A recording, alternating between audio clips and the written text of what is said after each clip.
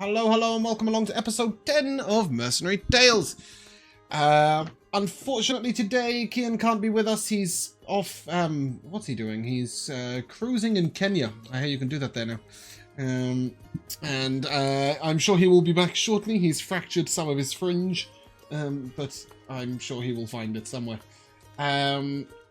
Last episode was called Owlbears. Who can tell me why and give us a recap? Miller excluded. Go ahead, Nathan. Go for it.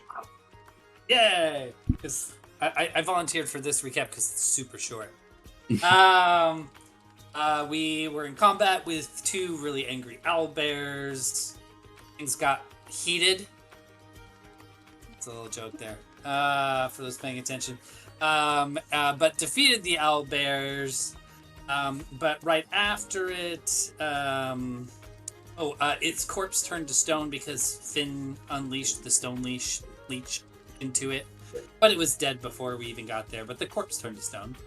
But then an owlbear cub emerged and wandered around being cutely angry. There was some discussion about what to do with the owlbear cub. Some people wanted to kill it. Some people did not. Jexera eventually got cold feet about killing it and decided not to kill it, and instead decided to take it with her under her protection. As soon as that happened, a kind of Drider-like spider cleric thing, I don't even know what it's officially called, with 4 little spiderling minions came upon us. And although we tried to hide with some clever use of illusion, if I do say so myself, it unfortunately hunts by smell and not by sight. It found us anyway, and we got into a big, huge fight with that. Much blood. It paralyzed Jexera right off the bat, and then downed a couple other party members. But we managed to finally defeat them. We recovered a necklace of prayer beads with some cures and restorations and a wand of binding, and managed again to somehow keep our 2 charges from being killed by wild animals. One of them, Kiara, discovered a small abandoned hut nearby. We took a little rest. We did search the hut and found some dried up herbs that weren't very useful, mortar and pestle, and the healer's adage, which is supposed to help when alchemists in our group make healing potions, I believe. Yep. And that's where we ended the session, breathing heavily, bleeding profusely, huddled in this little abandoned hut in the woods. Fantastic. One thing I did forget to give you was the stat block for your owlbear, which I think shall be with you shortly. Does the owlbear have a name yet? Shelby. What do you call it? We haven't had time. I had it for 5 minutes, and then the spiders attacked. Shelby. Why would I name it Shelby? Shelby coming It's a around the cute mountain name. when she comes. Name him. Shelby's it's a not a cute turtle. name. So? It's a turtle, or had a shell was this thing? Like a giant snail? Eggshell? Do owlbears hatch from eggs? Yeah. I think so. They do in Bears Baldur's don't, Gate. but owls do. Yeah, no, so... Owlbear, yeah, I suppose owlbears do. Yeah, why not? Owlbear eggs are definitely a thing, I think. Yeah. They are now. What about Albert? Albert is actually phenomenal. Did you know that Albert the name of the owlbear cub whose image I posted last week and who I pinged to chat today, apparently I've just saved it and it was called Max. Don't know why. Just happens to be the name How about of whoever drew the Oliver? art. It's completely original. You can't steal that. Kian is currently using it. Oliver Oliver 2. 1, Oliver 2. Owlbear? Call him, No. Alright. you know, Why don't we call him Albert? Owlbert. How about Odie? Albert? Obi. How about Obi? Owlbear. Owlbear. Obi. Obi. It's up to you, Jax, in the Oh, end. I'll do what I want. Not too late to kill it. You also Then we name it don't, have this Kyle. problem. Ideally, it's never too late to kill it because you can kill it. I've sent you a link, but if in your D&D Beyond character sheet you go to extras at the very far right, Nathan, extras tab, and then go to add extras, or manage extras, add extra, and then miscellaneous, and then look for Owlbear Cub. You will be able to then roll its shit from your sheet. What category would that be in? Beast companion? No, familiar? Misk. Miscellaneous. Bear Cub, there it is. Got it. Cool. It's got a phenomenal stat block. I mean, to be fair, it can hit stuff, so it's not nothing. Cool. Alrighty. Well, that's where we left off, and we pick back up in the Untamed Lands.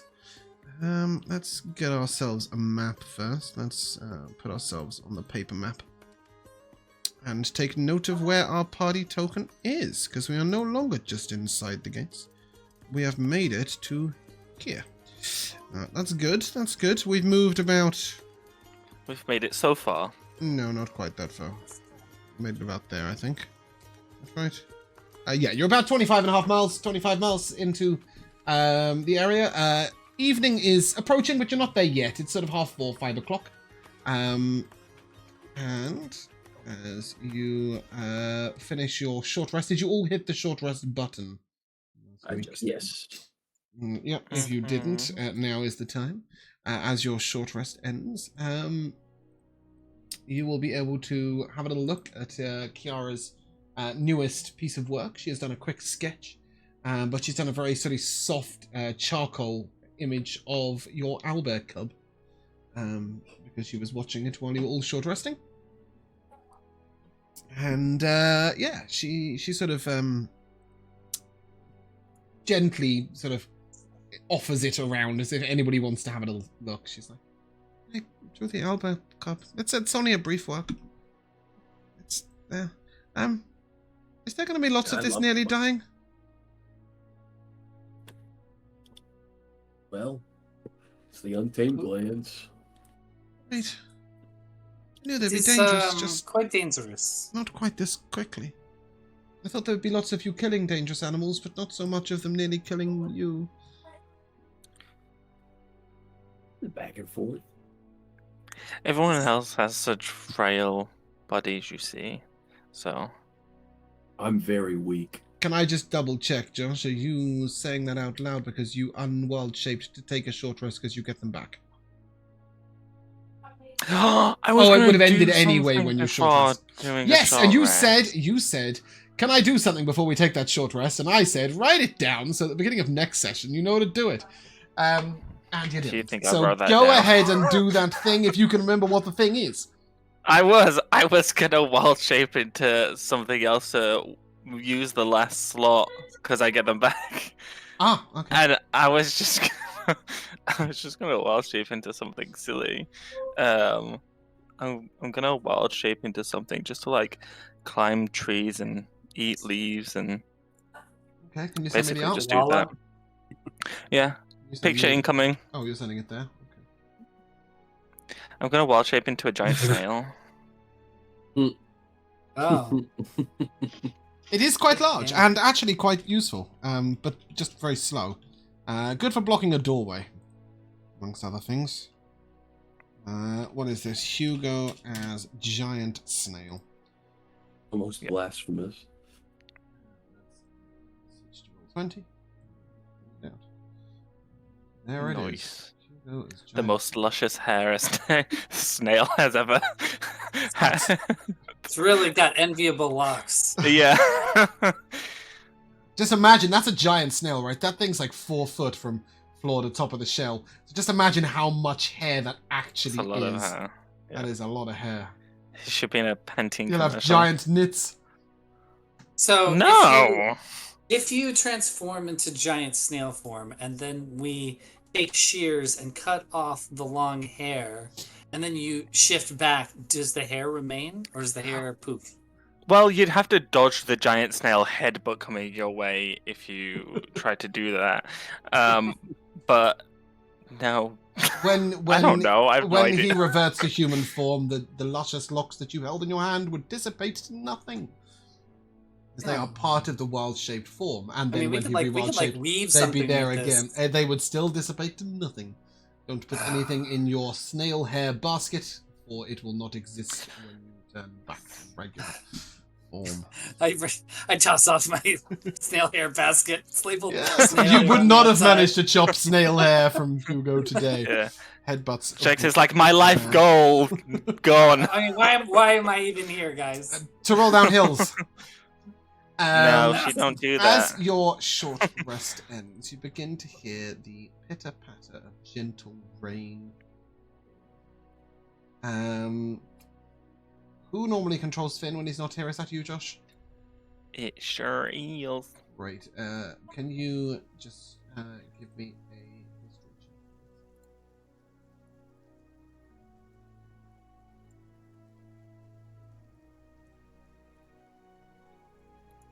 Still listening to the intro, maybe we are.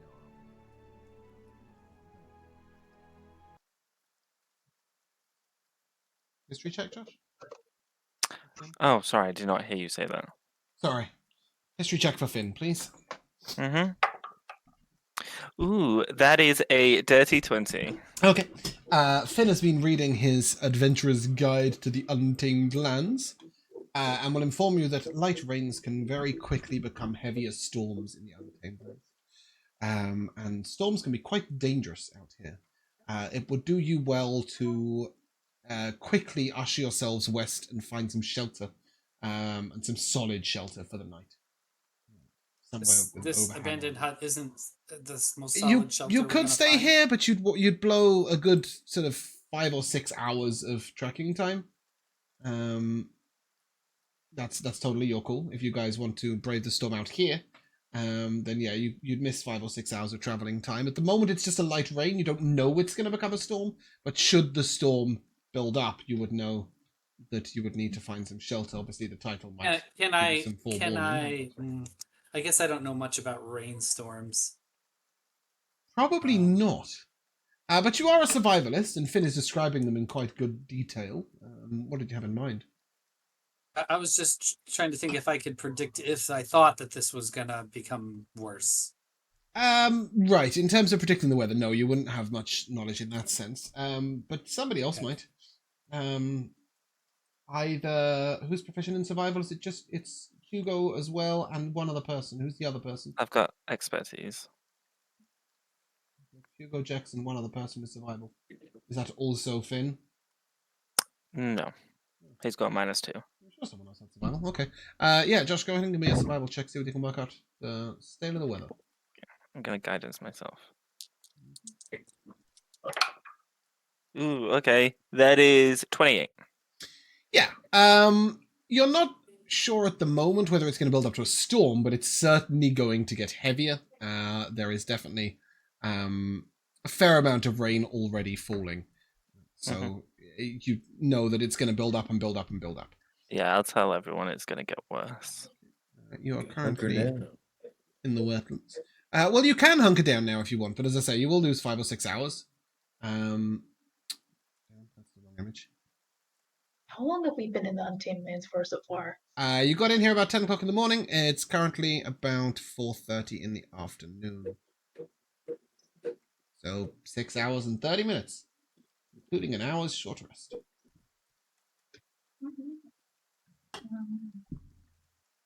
There could be a chance then that if we do spend the next 5 hours trekking out, we could get closer to the mountain range.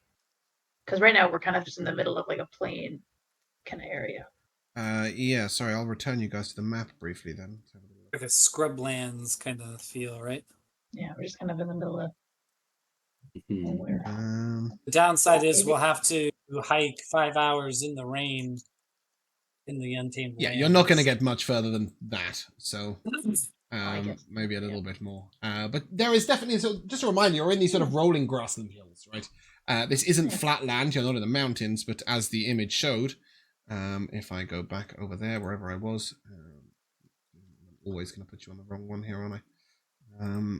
Yeah, you see these sort of giant stone pillars along the way, and there's definitely lots of overhanging hills, lots of outcrops. You'll be able to find shelter a little closer to your resting time. Does anybody in the meantime have anything to deal with rain? Anybody get bothered by the rain? Does anybody melt? Got a waterproof leather coat. Uh, I love it. Jexera definitely does not like rain.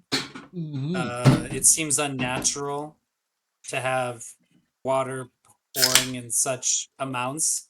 She always wears a head covering, basically all day, so she'll huddle under that, and be miserable, I guess. Yep. As you guys are trekking through the rain, as it gets a little heavier, it's worth mentioning that you will have disadvantage on all perception checks to see things in the distance. Just that. So, like, sort of a long way away because the rain is starting to build up a bit of a squall. Yeah, as you trek on forwards, Jex, can I have a survival check as you come across some heavy tracks in the mud? Survival. Yep. 13. 13. Yeah, you notice these sort of deep, large prints, and then no more prints for quite a long way, and then another set of deep, large prints. Whatever it is, this creature is either leaping a large distance or taking flight and then landing really heavily, and then taking flight and landing really heavily. You've got no concept of what sort of creature it might be, but it does have 4 toes. How big are the paw prints or whatever? The footprints? So there's 2 footprints that come down, or 4-toed footprints, and each foot is about 2.5 feet in length, or just under a meter, if that is preferable for just the foot. For just the 1 foot, yeah, it's a big like bastard. This. Yeah. I'll definitely point it out, and I'll note which direction it's leaping. I assume it's leaping. Do I notice anything else unusual about the prints? Do I notice like any blood stains? No, with a 13, there isn't enough to go on. It's been raining a little bit. It's in a muddier area, a little bit washed out. It's moving it. Yeah, exactly. Do they look you do, fresh? however, within the last couple of days at least. Okay. Not within the last 10 minutes. Go ahead, Miller. This is wild to think about, but does Jexer share that information with the group of what it could theoretically be, something that's jumping or flying? Yeah, for sure. Kimball would like she'll to definitely think about the dead dragon that they saw and see if that footprint in the floor matches the feet that they saw when they saw the dragon. Wasn't there a dragon that got pulled into town by a group of people that was dead?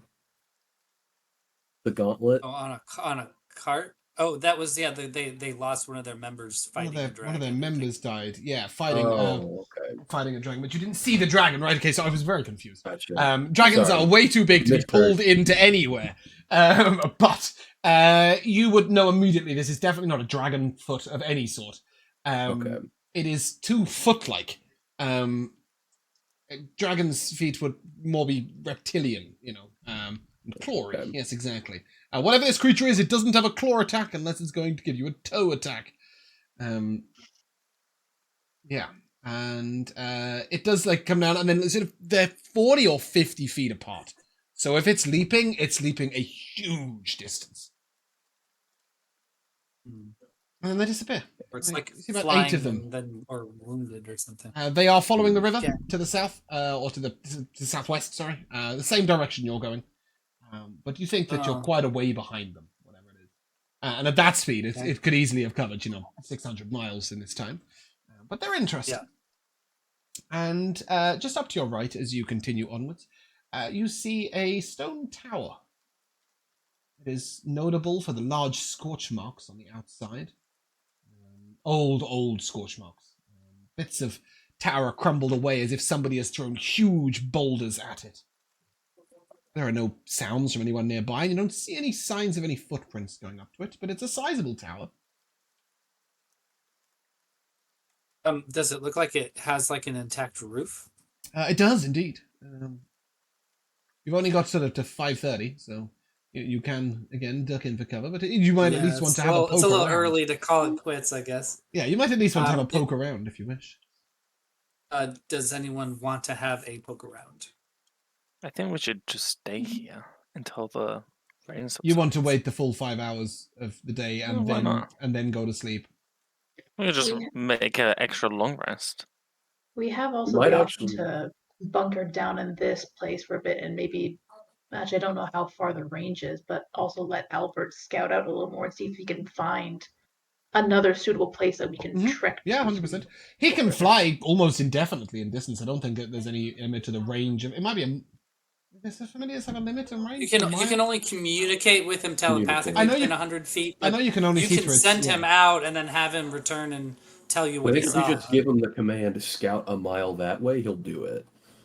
Yeah, I was Uh, thinking because of That's a like good if idea. there's a distance to how far, like, because I know, isn't it also like an option that Finn can see through That is only within that 100 eyes? feet.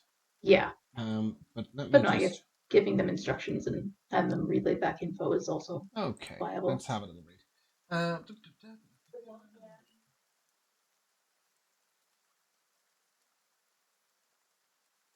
There is absolutely no limit to how far Oliver can go. So yeah, you can send Oliver flying way off. And Oliver's quite quick on the wing. It's just a matter of time for him to get out and get Yeah, but back. he's quite quick on the wing. Probably travels at 5 or 6 miles an hour, maybe even faster than that.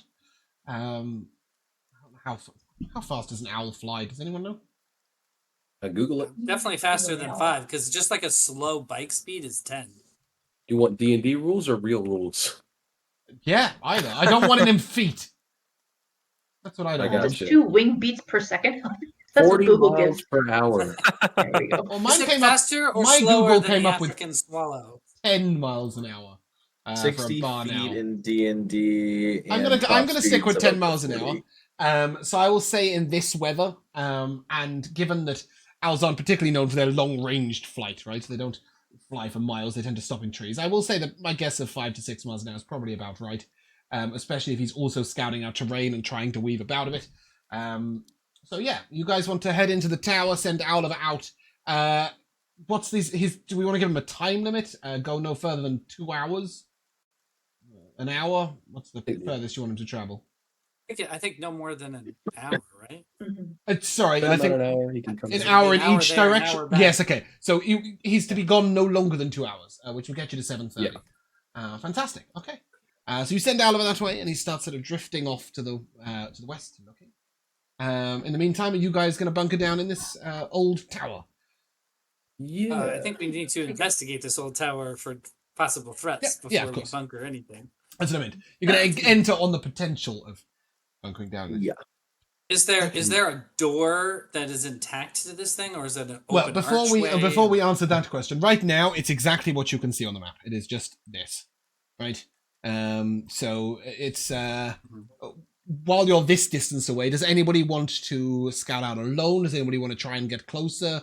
Does anybody have any other ways of exploring it before you all just nonchalantly walk up to the door? Yes. I will. Go ahead, Kimball. And then I'll Just while, ask her the same. while Kensidon's doing something, Kimball, just to get a better look at it, will pull out his spying glass Mhm. and see if there's anything that we haven't seen from a distance up close with the glass. Yeah, Kensidon. I'm going to try to remember how you'll see my shadow kind of meld up into the second version of me, and I'm gonna keep it 30 feet behind me at all times as I go to scout, so that if I see anything that I need to go get out real quick, I can just teleport back and leave. Do you want Kimball to try and sneak up around the hill with his spyglass first, so he can look down to the side, so you can actually see where the door and the entrance is? Yeah. Okay. In that case, Kensidon, give me a Kimball, give me a stealth check. I was going to ask you for a sneak check. Sneaky little bastard. Would the storm give me any sort of advantage or just a standard roll? Weirdly, it gives you advantage and disadvantage. So just go ahead and straight. Right. Okay. It's giving you advantage in terms of the loud Natural noise 20. and a bit of visual cover. But at the same time, you're sort of squelching in the mud. I don't think he's your squelching, footing to be isn't honest with you. Yeah, and his footing I isn't rolled a as steady. 28. Yeah, but He's even nat so, you 20. know, you manage very well with the weather.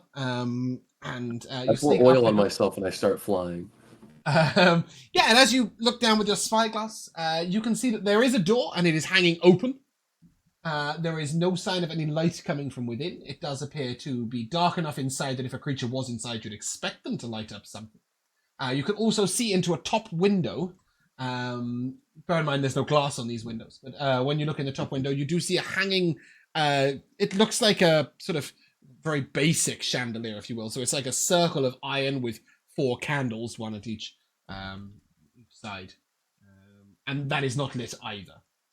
The candles do look somewhat new, at least the last month or so, from this distance. So you know somebody's been in there at some point, but it doesn't look like it's currently occupied to you. Do you want to point that out to Kensidon and have him go and look so that he can teleport back if necessary? I will do exactly that. Great. Kensidon, you are able to walk right up to the door without noticing anyone. And when you reach your head around the door, you see there is an old-looking satchel in the corner that's gathered a bit of mildew, perhaps a few weeks old. And there is the remains of a campfire. Not a standard campfire. It's like there is an actual fire pit in the ground, and the remains of a fire within that pit. I'm gonna, with the very tip of my sword, kind of poke at the bag to make sure it's not a trap or anything. Yeah. You sort of flip the bag over. A couple of little things fall out. You see one looks like a little leather coin pouch, and the other looks like some kind of signal whistle. I'm not going to, as much as I want to, touch those things. Really, every part of me does, but I think the better judgment within my head says maybe we wait till somebody else can look at it. Okay. Um, Just to bear in mind, this is a single open chamber, fire pit in the middle. That bag was resting over an old chair, and there's a stone staircase that leads round the outside of the tower all the way up. I'm gonna poke at the chair as well. It's very The solid, staircase is on very the old wood. outside of the tower? No, but it runs round the... Oh, around the inner wall. Yes, the outer On the perimeter outside. of the inner thing, yes. And how tall up is this tower? It's probably 80 feet tall, 70 feet So tall using overall. my dark vision, just looking up, am I able to see You can anything? see the ceiling. of But the like next- nothing on any of the next stairs floor. or anything like That's that. okay. So there's more than one floor, so floors, all you can okay. see is the ceiling each time.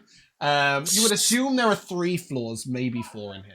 So I'm gonna keep my my shadow on the first floor, and then I'm gonna climb up to the second floor. Okay. You can continue to leapfrog this way a couple of times. Yeah. The first time you go up, you see an old, what looks like a study of some sort. There's a desk. The wood is rotting away a little bit. There is an old rug on the floor that looks a little matted. And in the corner is a quiver full of arrows. But nothing else. There are also 2 chairs in here. Both of them are fairly solid. And a little stool that looks like it was designed for a child or a halfling. You're not sure which. If you then leapfrog up to the next floor, you'll find what looks to be a bed chamber of some sort. The bed covers are not doing very well. They're like slightly moist, slightly, what's the word that's not moist? That's not what I was looking for. Mildewy. Yeah, sure. Slightly damp cloth Damn. and leathers. But the bed itself seems solid and intact. The mattress is doing okay. There is an armoire in the corner, floor to ceiling. And there is an old hat stand with 5 different hats on it. Oh, wonderful. All of which are somewhat decrepit and failing.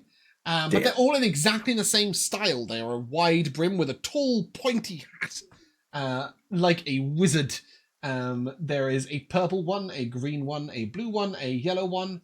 And then there's a really fanciful one, which is sort of black with about 15 different colours of stars all the way along it. I'm gonna all of them are a grab bit that damp black and one. limp. I'm gonna grab the black one and stuff that one in my bag. Great. Okay. You have found the trap. No, I'm kidding. Then you can work your way up to the top floor. Get them at the And hats every now time. you've got to the top floor. You will see the reason why everything's damp. The ceiling has a perfect circle of hole carved into it. That's a poor decision. Yes and no. At the center of the room sits a large old metal telescope on a pivot that looks like it is meant to look up at the stars. It is heavier than you'd never be able to pick it up. It's sort of this Kimball's gonna huge love this.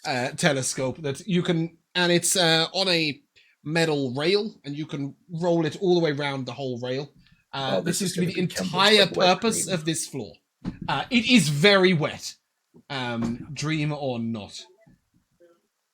So what I'm gonna do is I'm gonna be really lazy about this, and I'm gonna teleport back to my shadow, and then I'm gonna send my shadow down to the next floor.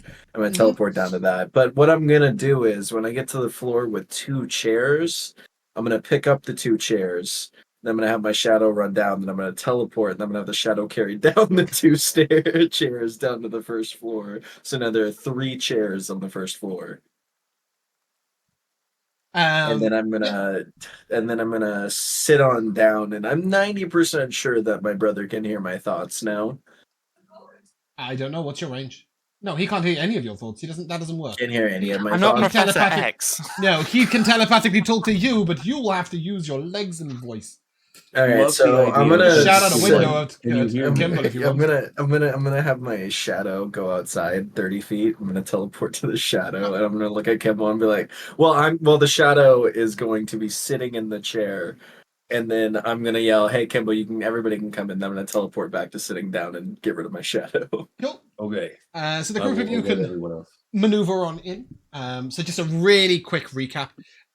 Bottom floor, empty fire pit, 1 chair, and a bag in the 3 corner. chairs. Now 3 chairs, yes. Did you bring the footstool down as well?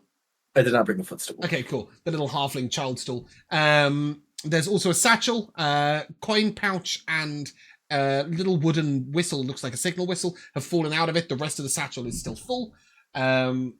Second floor, we've got decrepit bed, second floor, we've got a study, moldy wood, 1 footstool, and that's about it. And then next floor up, you've got a bed with some damp stuff, a hat stand with now only 4 wizards' hats, and a large armoire against the wall. And then top floor, open circle, teleport, wow, telescope, very large, way too big to pick up, that you can push around on a wheel, around a rail that allows you to get a full view of the sky. Kimball, there is a delightful contraption at the top of the stairs that reminds me of your spyglass, but it's massive. Just a reminder, there are no windows in that floor, so it can only look out at the sky. It cannot look across the Untamed Lands. Hope you like Then, space.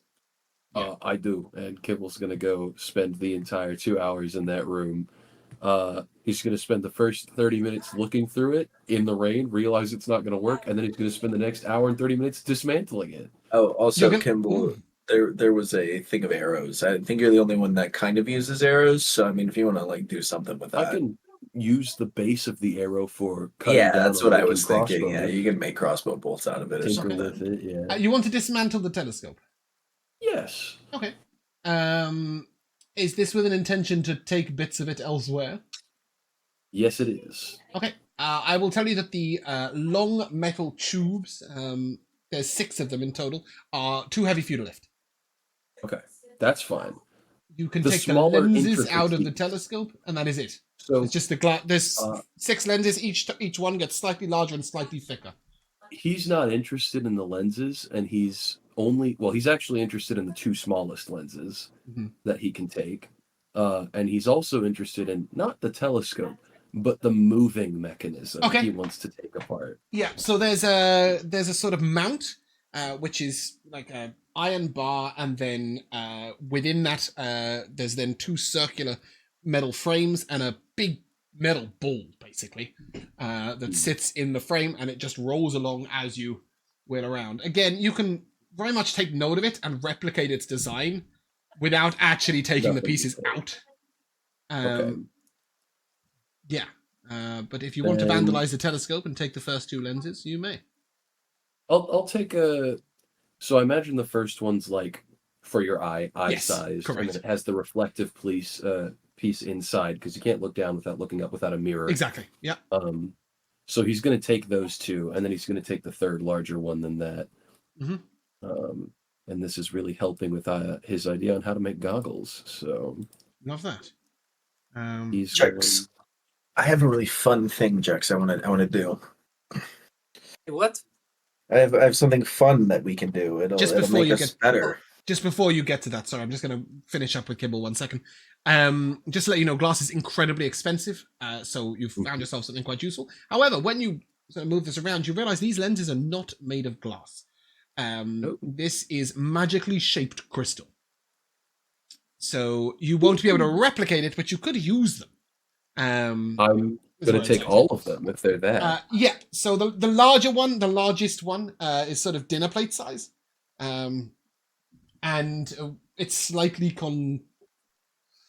concave on convex. one side. Well, technically it's both, right? Because it's like, yeah, it's a glass lens, right? So it's, yeah, I couldn't quite decide which it's concave or convex depending on which way you look at it. But yes, it is slightly curved in shape. All of the others are almost completely flat, but that last one is a definite curve. Sorry, Kensidum. No problem. You were doing what? Jex, I am intrigued by the way you fight. It's fun. I want to spar. Very well. I am happy to defeat you in any which way you would like.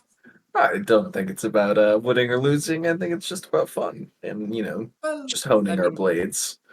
keeping your body and weapon fit is definitely a worthwhile distraction. I mean, and if anything, we can take turns. Belgren's a hell of a hammer thrower.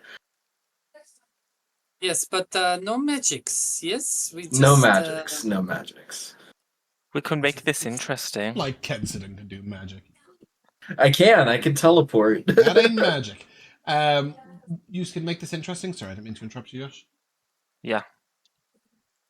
How much money do you want to put down? I didn't mean betting. I meant I could make the fight more interesting for you. How so? I'm thinking we're gonna keep us as non-lethal and just bruises probably as possible. Okay, well, get in position. Just for you guys to where take. do you wish to? I was thinking At this least is more spar. like a before bed type of thing, but yeah, sure, we can spar right now. Sure. Inside? Do you want to go to the study? It's fairly open. There's just a desk in the corner. Sure. The one floor up. Maybe in the future we can just do this, the two of us, without the being an attraction. But yeah. Yeah, occasionally Kimball just comes past you on the staircase holding piles of Big glass. ass lens. Yeah. Kimball, what are you doing? Are you stealing Blast. things? Yes.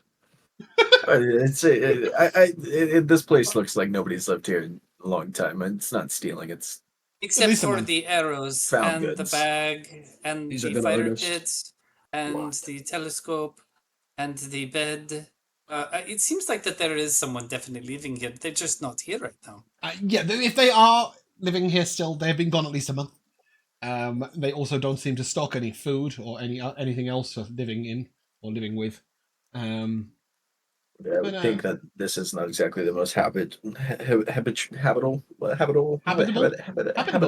places. Yes, inhabitable. It's nice. It's nice to see someone else struggling with the language. Yes. So you two are sparring, office floor, if you will, study floor. You get in position. What the hell is As they get in position, I'm gonna start buttering under my breath, and I am going to cast Fog Cloud in the room, Oh, okay. so that the Fight area is on heavily instinct. obscured. So I'm at a disadvantage in this situation. Okay. I am Because I have heavy at a armor disadvantage in on. this situation because Jaxar does not have fog where she comes from. That's Yeah, fair. I you are also both make at a a lot of disadvantage noise here, when I move. as you are, you need your vision to fight. But it will make it a bit more challenging and perhaps a bit more deadly. So, Jixera, in the future, let's not invite Hugo to these things. I'm sorry, who's talking? Whilst you are saying that, if you were to have looked out the window before you made such a comment, a fog is rising in the Untamed Lands to meet the rain. So Hugo may just be preparing you to fight in the outdoor terrain that is currently There we go. present. Yeah, as I finish casting and the room's full, I go back downstairs. Cool. Just before you two spar, Belgren and then later Hugo and Finn on the ground floor. There's a satchel. Is everybody just completely able to resist the temptation to see what else is in it? Or does anybody actually pick it up and poke it? You're upstairs dismantling things. I don't know about things. If it were free stealings, I'd take it, but I'm upstairs. Mm-hmm.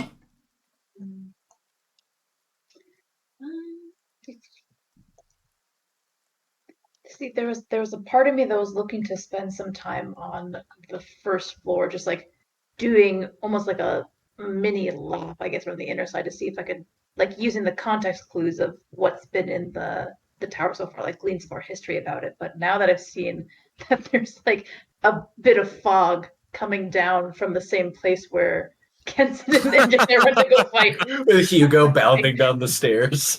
Yeah. Will you pick up the bag and poke it first? Then? Go on, you know you want to. Okay. My con's high enough. Okay, so you can take a. First of all, you can roll me a d12. Okay. Secondly, you can take a signal whistle if you wish. Just a standard signal whistle. There is also inside this bag. Oh, where did my treasure card go? Okay, you've already got it. When you've rolled your d12, you will see a treasure card above your, with all your other cards. If you want to deal that out to the table, we'll find out what you've got. Yeah, it's sort of So should I slightly roll hidden. first, then put the card in? Yes, or? d12 first, and then put the card in. Okie dokie. That's a 5. You okay? Boop-a-doo. Fantastic. So you find 3 gold buttons worth 3 gold pieces and 1 silver piece each. That is confusing. You could just write 9 gold pieces gold, and 3 3 silver if you want. Yeah. Inside this satchel, you also find 2 folded up oilskin maps. And or they look like maps when you first start unfolding them. You find an amulet with a 7-pointed star in a circle on it. Ooh. And Is that a like a symbol for any sort of god or anything? I'll or? get to that one in a second. Okay. And the last thing you find is what looks like a pair of handcuffs. Oh. Mm-hmm. So the 7-pointed star necklace, if you want to give me a... What is this? I mean, I'll take a history check, I guess. Let me check what this is. Yeah, I'll have the minus 1. History. Josh, if you want to give me an Arcana check from Finn as well. That's a 6. It's not something that Belgum will know about necessarily, but it is something that Finn will know about. And with a 15, Finn will inform you that this is part of the Astrologer's Circle. There are various members of the Astrologer's Circle scattered all across the world who basically come together to share maps of the stars. And indeed, when you fold out those maps, they are a map of the night sky. And one is marked winter, and one is marked summer. So those would be at what's called the longest night, the darkest and longest night of the year, and the summer solstice. They are depictions of all the different stars that were in the sky at that time in their positions. As you work your way through that stuff, Kensidon and Jex, I will first of all take from you a basic attack roll with your standard weapon. Each.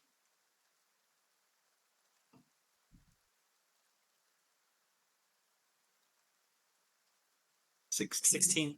Nice. I will then take a perception roll from both of you.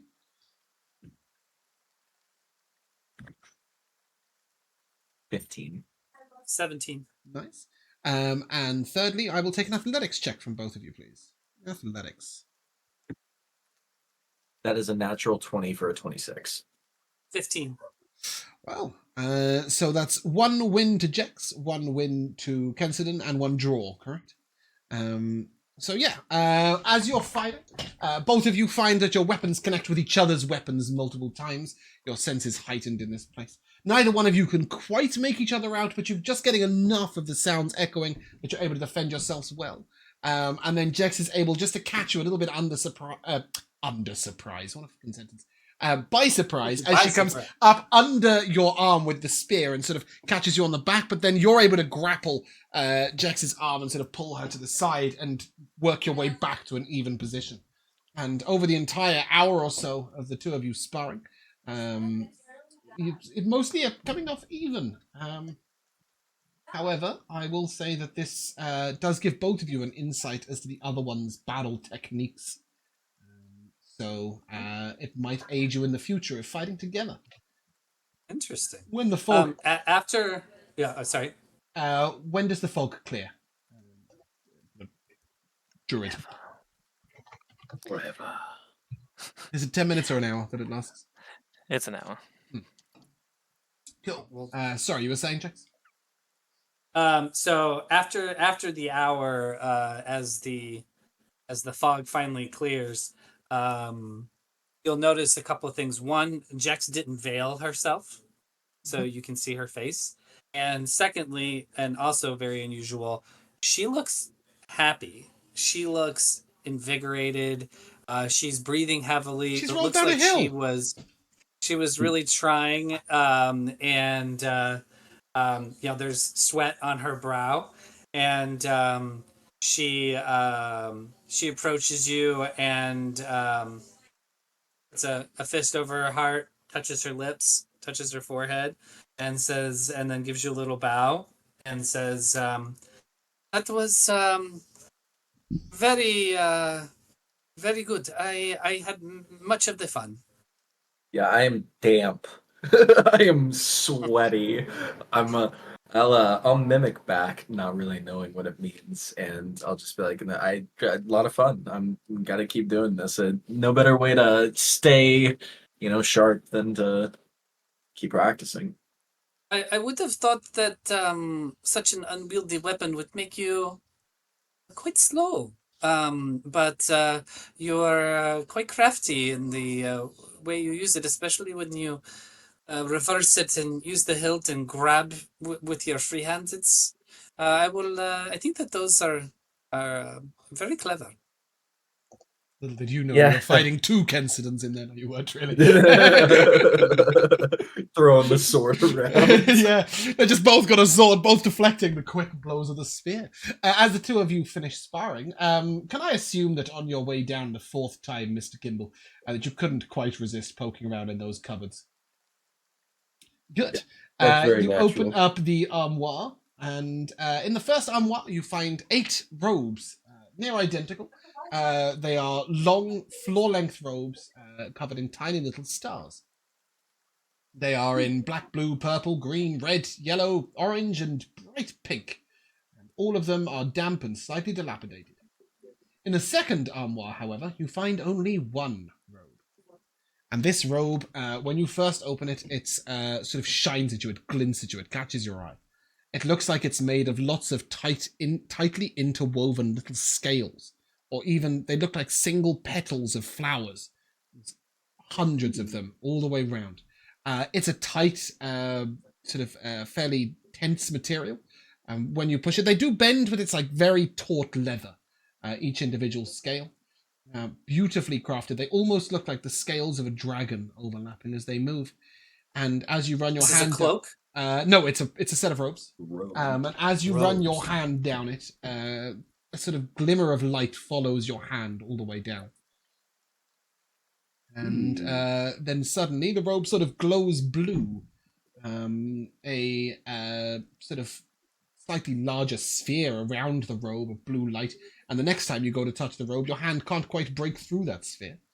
I think you may have seen something similar if Finn has cast it. I think Finn has cast Shield at some point this campaign.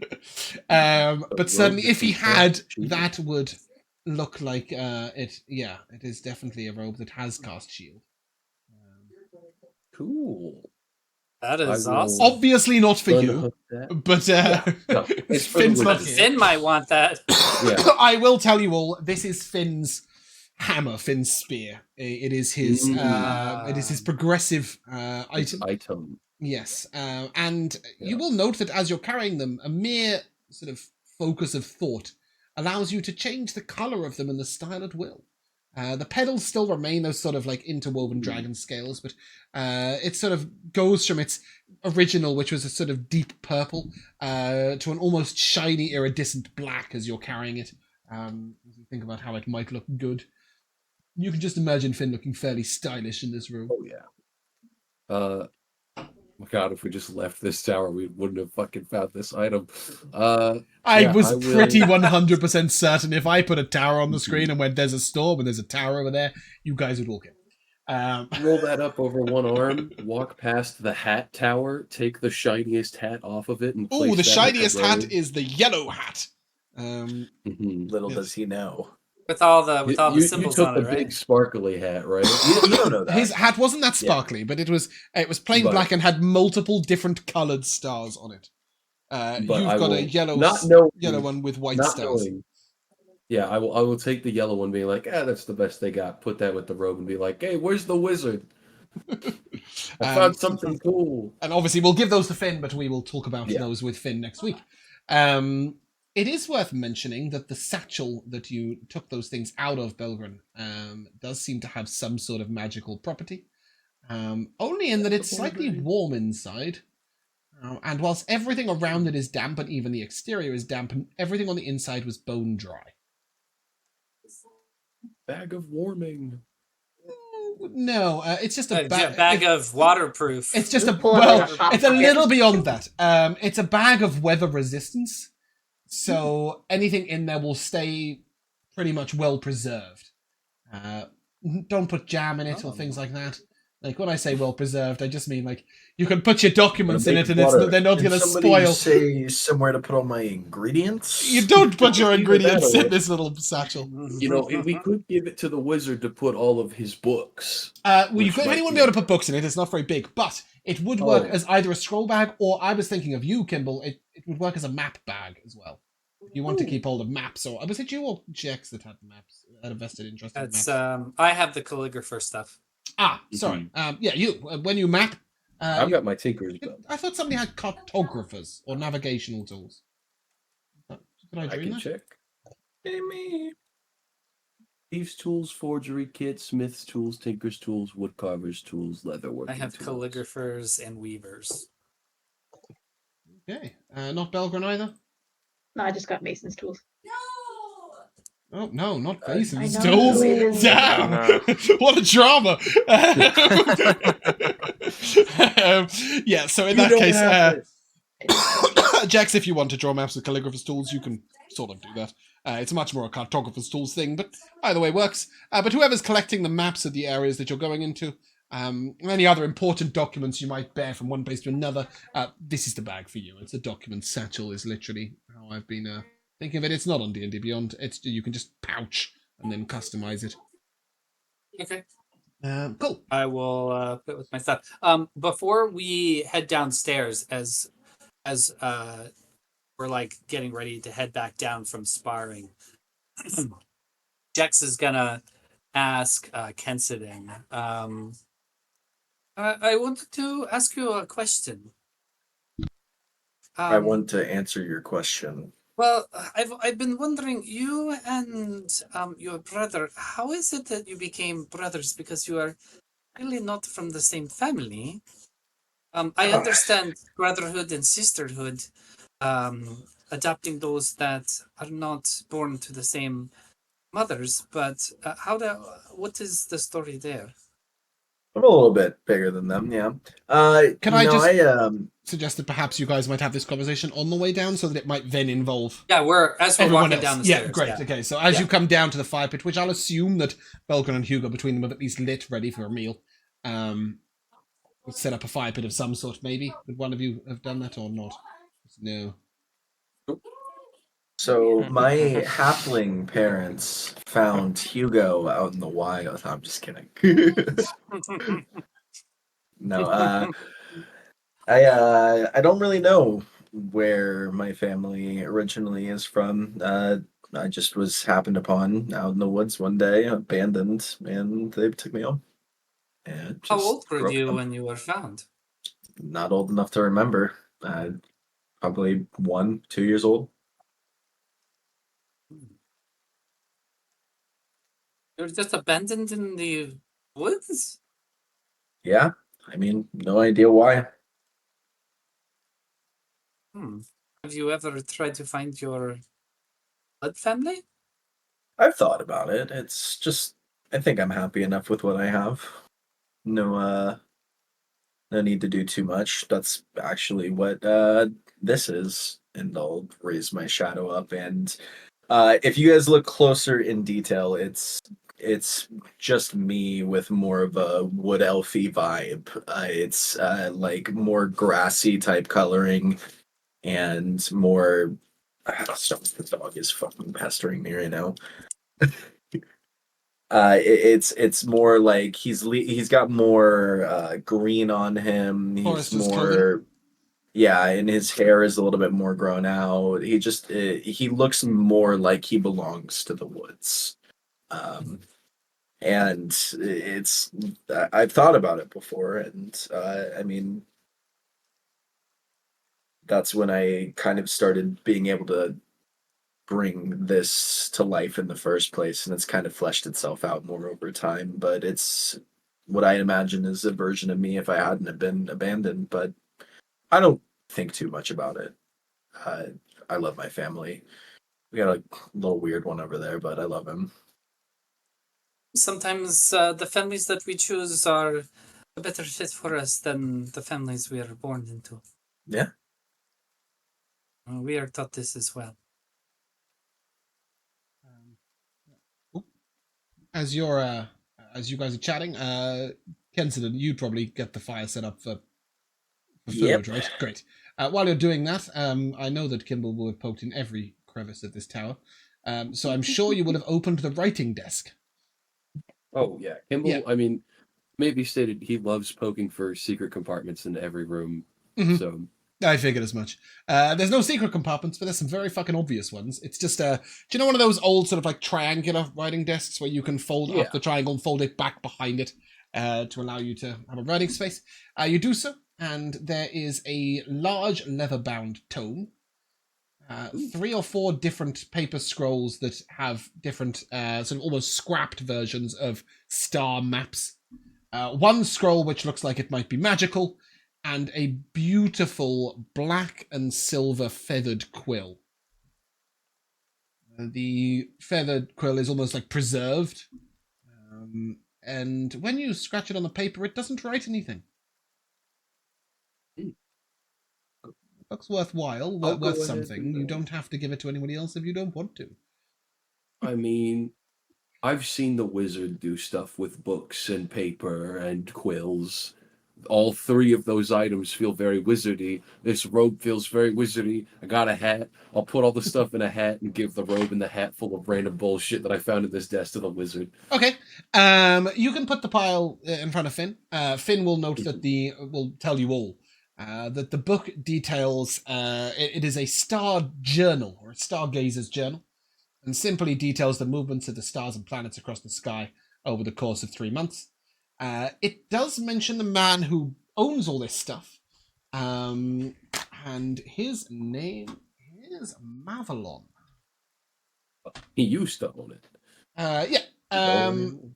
There is no detailing that he is going on a journey of anything or any particular reason why he's not present. It doesn't look like he lived here so much as stayed here, though, I will tell you that. The quill, Finn will note, doesn't write anything on paper at all. However, once per day it can cast Skywrite. He will offer it back to you if you wish, as you found it, but if you do wish for somebody else to have it, they may. It doesn't require attunement, just write Skywrite once a day. I mean, Kimball's not very fanciful with magic items. He will let Finn hold on to it. He's like, I just When thought am you I might ever give you a gonna good need- chance to be a dick. Like you can write things in the sky. That's exactly Kevin why I'm might have giving it enjoyed away. that. Good. I can't hold on to that power. Was it Josh? Was it you that used to cast Skyrim in the sky and just write mean things? About I someone? did it like maybe twice. Yeah, but it was you. Okay, cool. I Skywrite. wasn't sure if it was Fuck you, you That's, or if it was. that's a yes. I wasn't sure if it was Sebastian or if it was Chiavo, or It was about Chiavo, Sebastian. or if it was Yes, it Karina was. about someone. Okay. Listen, just randomly pick a day every single day and just write out "fuck you," insert name here. Someone's gonna be having a bad day no matter what. I like the idea of just writing idiot and having a huge arrow down from the sky. Is this a sign? As you congregate about the fire, are we utilizing the last few bits of that? What was it that you cut up with the taut muscles? Grick? Grick. I can never remember their freaking name. Frickin' Oh, name. the name? snake with the tentacles. I Yeah, remember like, they're a Grick because they're a prick. yeah. Yeah. Okay, cool. Does that come with any accompaniment? Oh, let's see. What are we cooking with here? So I'll well, we'd go well with some snake. Throw a little garlic, a little parsley, some salt and pepper. Put some potatoes in there, Great. and a little bit of bread for Okay. for that as well. And while you're doing that, Belgren, can I have an investigation check with advantage, please?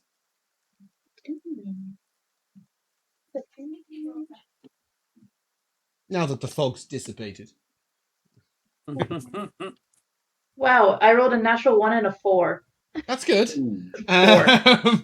Cool. So as you're wandering around the tower, going up the stairs, looking for some sort of idea of the history of this tower, or perhaps, why it was present, you will notice a few things. First of all, it was obviously built for martial purposes, not for the purpose it's now being used for. You see remnants of arrow slits that are packed up with sod and silt, and then a bit like sort of a mud-packed arrow slits, so it was obviously once a defensible tower. A little further up, you do also see what looks like a couple of hooks out the wall that would once have held shields or some form of battle emblems, but are no longer present. And finally, the biggest clue that it was once defensible is that you look out and you see half of a tower across the other side of the river that is also decrepit, and looks suspiciously like this was once a pair of towers that looked out across the river. And that is a pretty big giveaway that they were once used to defend this river passageway. You would also, looking out the window from a particular angle, which happens to be in the study room, and this window has been preserved looking down at the river, you would notice that the river bed is very wide, even though the little tiny stream is only quite small now. You also note that the bed looks like it was built in the room, and quite recently, perhaps in the last year. Somebody's moved in here purely for the purpose of documenting the stars. And with your battle understanding, even though your investigation check was spectacularly shite, you would note that it was probably a wooden circle that was in the middle of there with a trap door and a ladder. So people used to be able to climb up onto the top and keep watch. And instead, when the wood gave way, somebody thought, oh my god, it's an astronomy tower, and moved in. So that's about as much history as you can gain. You can't find much about whoever this astrologer was, apart from his name, Mavalon, because he signed the journal with it, and that he was a member of the astrologer's circle. You obviously can work out that he's also some sort of wizard, and a wizard staying at a tower on his own in the Untamed Lands is probably at least somewhat powerful. Although the idiot went out without his really cool robe, and that's probably why he hasn't come back. Who knows? But that's about as much information as you can glean. He hasn't been gone long, though. Hasn't he? He What was tells here you that? when this. Well, you said that the stuff. I mean, the stuff is like moldy, but not like years decrepit. A lot of the stuff you said was like a month ago or so. Right. So the fire It's not pit very and long the now. arrows specifically look like they were about a month ago. The satchel obviously is a weather-resistant satchel, so although there's a little bit of mold on the outside, you have no concept of how long it's been since it was in there. And unfortunately, the Stargazer's journal doesn't mention the years It's just a single year's documentation that ends in sort of full. I will say that given the state of the bedding, you would know that that bed hasn't been used for at least a year. You may give me a survival check if you want. Anybody who... I would say Kimball, you can also give me a survival check with advantage, as you're much more city-bred than the rest of these people. And your time... Oh, well, city's a bit stretch, but thieving bred is a better word. Damage. No, just thieving bred is what I'm looking for. Jax, what did you get on your survival check? 9. 9, okay. 9. 9. Brooklyn 9. Yeah. Both of you able to detect something slightly different. Kimball, in using these arrows, you note that they're very badly made, and there isn't really much reason for a wizard to use shit arrows. In fact, they cannot possibly be human or dwarven work or elven work. They're way shoddier than that. And Jex, this fire pit, whatever was roasted on it, nobody bothered using any sort of pot or hanging device. They just stuck it in the fire and then yanked it out. Whoever this was who stayed in this tower, they weren't very cultured, and they sure as hell weren't a wizard. You can work that out from these. Jixera would like to... She's going to go up to the top floor where the thing is, and there's like parts everywhere. Yeah, you're going to get wet. And I don't think in the end, Kibble, you didn't end up dismantling the mount system because you couldn't take any of it with you and you could replicate it yourself. Right? So you've just taken the lenses out of the telescope. Could I have taken the smallest of the metal pipes? You can, but it is heavy. If you How want big is it? So each metal pipe is about 2.5 foot in length. And it's thick metal. It really is like... It would be the equivalent of a great maul in weight. So whatever that weighs, it'll be the equivalent of that. Heavier than a great sword. Sorry, Jex, you get up there and you see that this, at least the first part of the telescope's been screwed off. There's a couple of lenses missing, but other than that, it is somewhat intact. And you are getting wet. Above me, there is a ceiling that has a hole carved out of it, or is the whole ceiling missing? It's almost the whole ceiling. It is a circle, but it's as if the circle took up most of the ceiling and has now come out. So from down here, I can easily see onto that circle that goes around the inside and see if there's anything up there. Or would it require climbing up there? Yeah, you can definitely walk around and see the opposite ledge and know that you can see that there's nothing up there. Okay. You can't, however, see out. Like, you can't look over the Untamed Lands because it's 15 foot above you. As I go down through the tower, these mud-packed arrow slits, can I, like, use the butt of my spear and, like, knock the mud out? They are very, very packed well in. You would need to take perhaps either some masonry tools if someone has any of those, or a dagger and a sort of a solid mallet, something like that. Even a brick and a dagger might work. If you can. I'm just looking for like ways that we can see out that don't require like standing out. There is a window in the study. It's just here. Yeah. You can view out over but the it river only faces one direction. Well, sort of. You can look like you can lean your head right out of it. It's only at waist height, so you can look all the way to the west and all the way to the east and all the way to the south. You just can't look north, which is okay because that's safety, right? Yeah, it's been totally safe. Okay. No, I mean that's the wall, right? That's what you'd see if you look to the north. You're not that far from the wall. You've not gone that far south. I'm going to work. I'm going to spend some time with the owlbear cub. Okay. And I'm going to be using little bits of food to try to get it some basic love for me and some basic training. Mm-hmm. It's very easy to teach dogs to do things like stay. Yep. So I'm working on like hide. I think hide was one of the commands, like Yeah, I mean, do you covering want it up and giving it some food. do you want to start with a very simple sort of stop and go, stay and come? Do you want to start with those, or do you want to jump straight to hide? I think I'd like to jump straight to hide because Okay. I think most of the time I'm going to be wanting to like leave it somewhere, covering it, and then have it stay there. Okay, it won't stay if you don't get it to hide. If you don't get it to stay before you get it to hide. Oh. Yes. Well, I guess I'll work on stay then. I can Yeah, only work on one like every I believe like few weeks. kind This of. is a long I'm not. project. I'm not gonna go like it's. I think it's 2 days. For oh no, that's taming.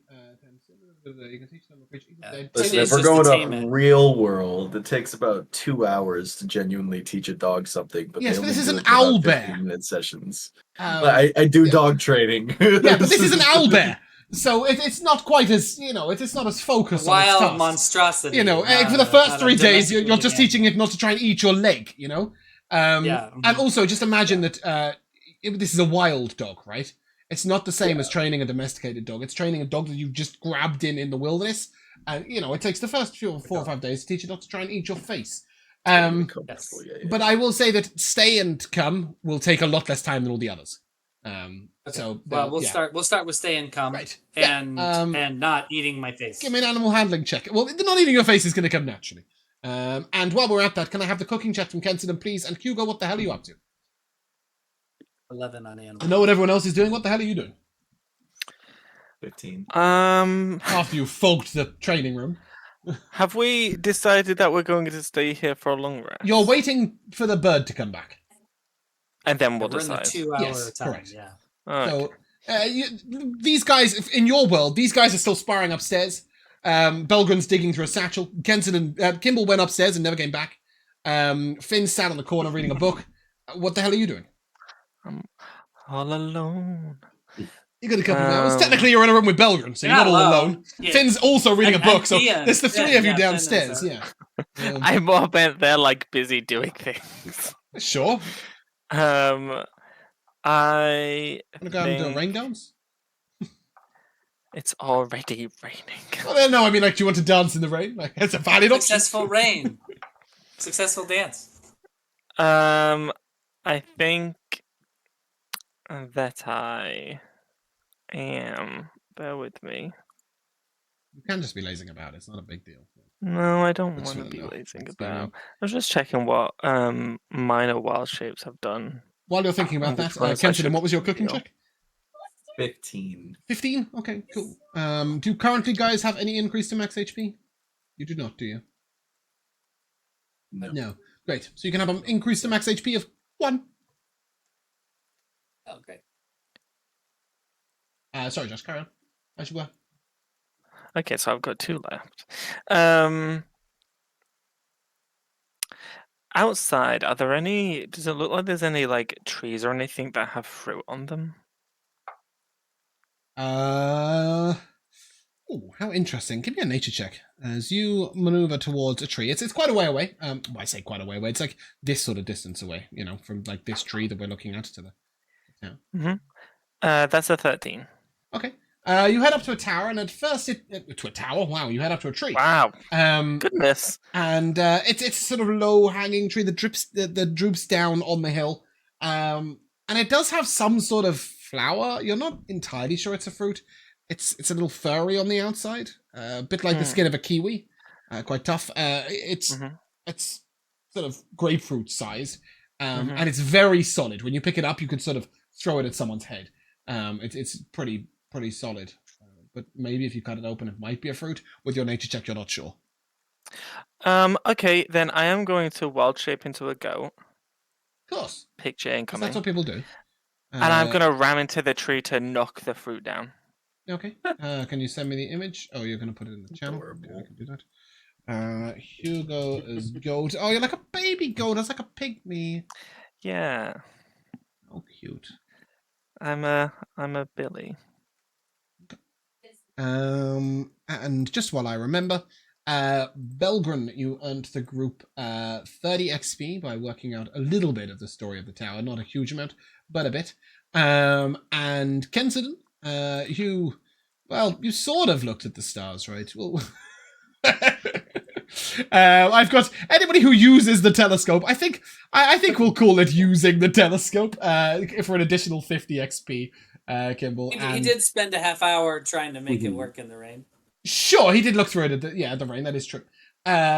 And finally, the acquiring of Finn's robe will give you an additional 10 XP. Don't ask me what the total was. I don't know. 70 was the total. 70. You okay? 70? Okay. Bumpkin, you disagree? I thought it was 30, 50, 10. Yeah, that's what I said. Wait, Yes, that would be 90. Oh. 90. yeah. There you go. There was just this look as if you're scamming me as soon as someone said 60. I forgot the 30. I love that. Thank you, Pumpkin. You forgot my portion. I of was it. over You there. forgot everything that I Bumpkin did. did, basically. Yeah. Josh, you owe everyone here 20 XP. I owe you nothing. But yes, once you bump into this tree a fair amount of times, you can bring back 6 of these fruits, although I have no idea. The goat will have to bring them back one by one, which you'll probably quite enjoy. Well, no, right? because I can come in and out of this farm at will. So I'll just Yeah, of course you can. Sorry, yeah. So I'll just come out of it and I guess Bring the fruit back. whack it with my staff of powers to crack it open. Staff of power. Staff of power, staff of flowers. Oh, That's what I right. said, I was like, where'd you get that? Yeah, you tried bashing it and it doesn't squash. Yep. It, So it's like a coconut. you'll be told quite quickly that, no, it needs a sharp, you need to put something sharp in it. Oh, okay. You can't smash it, it's too solid. You need to put something. Have you got something sharp? A coconut. No. You can smash a coconut with a brick. You can't smash this with a brick. No, I don't have any sharp. Unless you count thorn whipping it, it's Yeah. piercing damage. No, but you do have Kensidon, who has literally a chef's knife, like right there, if you want to communicate with your brother. Yeah, I guess I could. Fair enough. Uh, Kensidon, Wow. as you go to open this up, give me a cooking check. Not to get it open, but to work out what the fuck it is. That's a 9. A 9. Yeah, you cut this open, and it's got sort of an inner shell just under the thick hide, if you like. It's like a hide around a shell. Then when you crack the shell open, inside is this sort of dark green, very compact. It looks like a fruit, but it doesn't smell good. Oh, I've seen this in the cooking books. No, you haven't. That's because Very- you got a 9. You haven't seen it. That's the problem. Oh, go on. He's saying Mr. I've heard, Deception. I've heard they're quite delicious. Ah. Yeah. Who were you trying to persuade of this fallacy?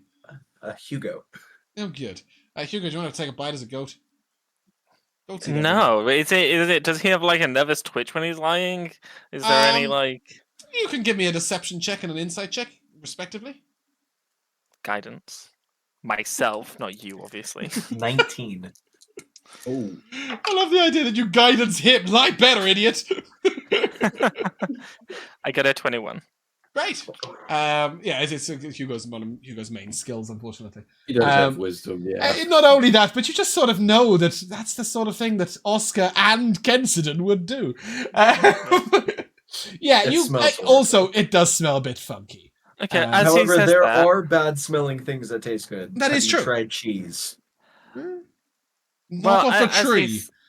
as he says that it's good and actually that it's good, eat it then. You know what? I am ever a curious chef. I will take a bite. Okay, lovely. I love that for you. You take 4 points of acid damage. As you should. And Kimball will pretty quickly work out that these are completely useless as food, but fantastic as ammo. These, like some of Dastardly those. acid berries. yeah, kind of. You can use these as bullets in a sling, if anybody wishes. It's very simple to fashion a sling of a piece of cloth or leather. So if you don't have one, you're more than happy. You're welcome to make one. Not this Kimball. character. Purely with one of the robes upstairs. These You can have a bright yellow or a bright pink one if you want. Mark it as an acid projectiles. berry. Will do acid damage. Yeah, so it's exactly the same as a sling bullet with sling damage, but it does acid damage, not physical. Okay. Yeah, I think there are sling bullets on D&D Beyond, so you can add yourself a full 40 of those if you want. and then just take a note that they will go acid. Because the ball's like this big, and a sling bullet only needs to be like this big. You could try throwing the whole thing, like. I mean, you should. But you need like a catapult spell or something. It's not easy to. I'm gonna take one of them really quick and grind it up. And then I want to stick a piece of cloth in it. How acidic are these berries? 4 points of acid damage if you eat them. Acidic. So bad. Yeah. But what prevents you being able to throw like the whole big thing is that's got the hide and the shell around it, so it'd just be like hitting somebody with a solid baseball. Don't worry about that. That's okay. I'm not worried. I'm saving these for later. These aren't going to be ammo. Okay, so what I'll say is you can add those 40 sling bullets, and you can still carry around another 6 pieces of fruit. These trees. Oh shit! I'm not gonna lie. There are like 50 of these trees within a mile's walk. You will be able to get as many of these as you want, as you wander along. I will put 4 acid berry fruits. I do have a name for it. Okay. Yeah. Let me find it for you. I kind of want to see if I can cook the acidic taste off of it. I was about to say. Yeah, if you have unlimited supply, you can experiment. Why not? Yeah, I was gonna say if you'll be taste testing it, not me. That's fine. Listen, I'll suffer for. I'll take one of my little treats to proficient in balance out alchemy. I can help you. So I think Finn is also proficient in alchemy. You can even like steep it into a tea. So this is a Vasvaya fruit. If you want to take note of the name, I had written down like years ago. And as yet, nobody has asked. I have like a list of random things that are on trees.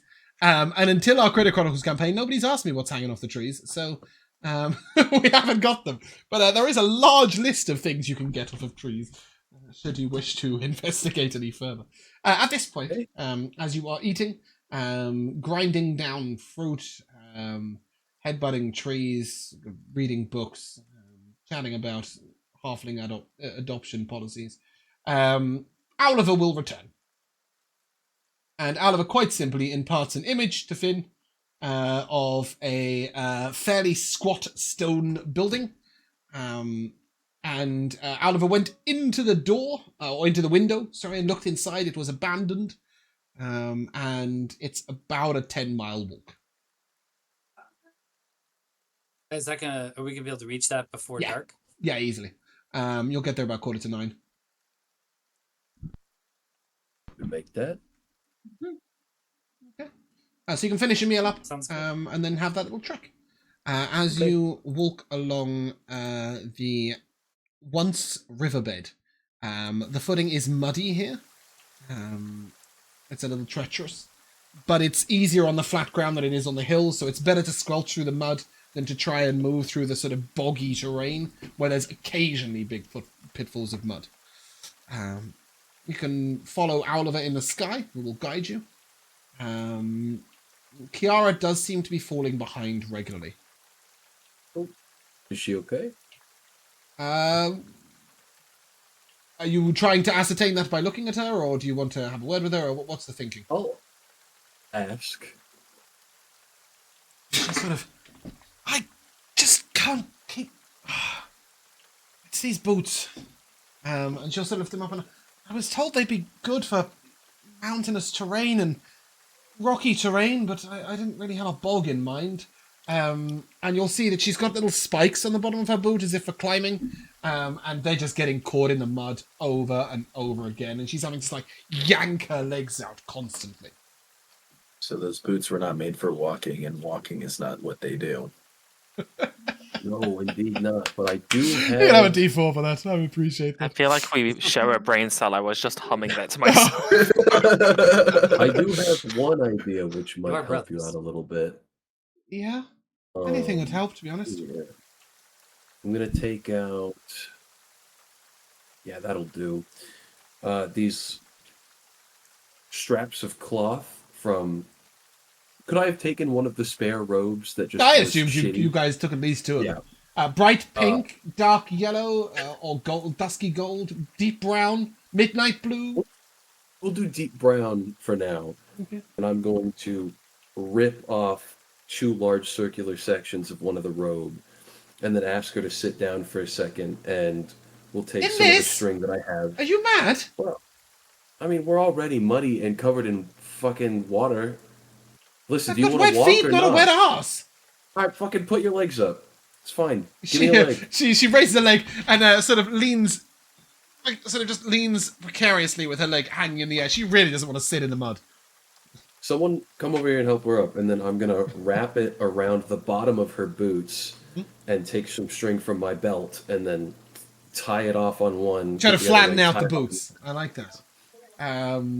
Yeah. I'll go help her up. Well, she's not down yet.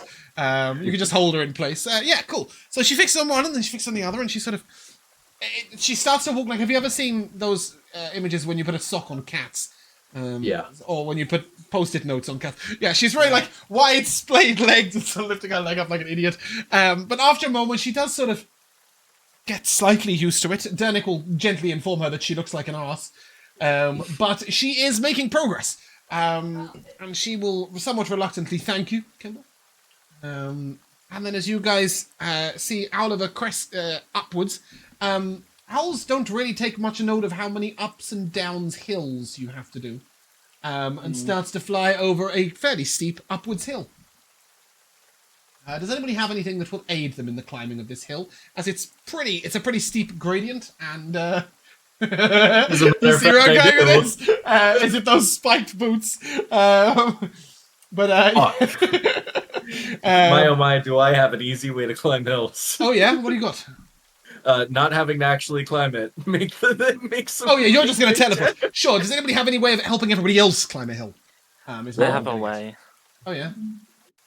Yeah, so I'm assuming the difficult is going to be that it's raining and muddy and that people will It's slide very down, slippery. right? Yes, exactly. Yeah. And whilst I would like to see Jex roll down a hill whether she wants to or not, I will cast. I'll crouch down and sink my fingers into the mud, and I will cast Entangle up the hill so that Gosh. they What's have the something radius to. on Entangle?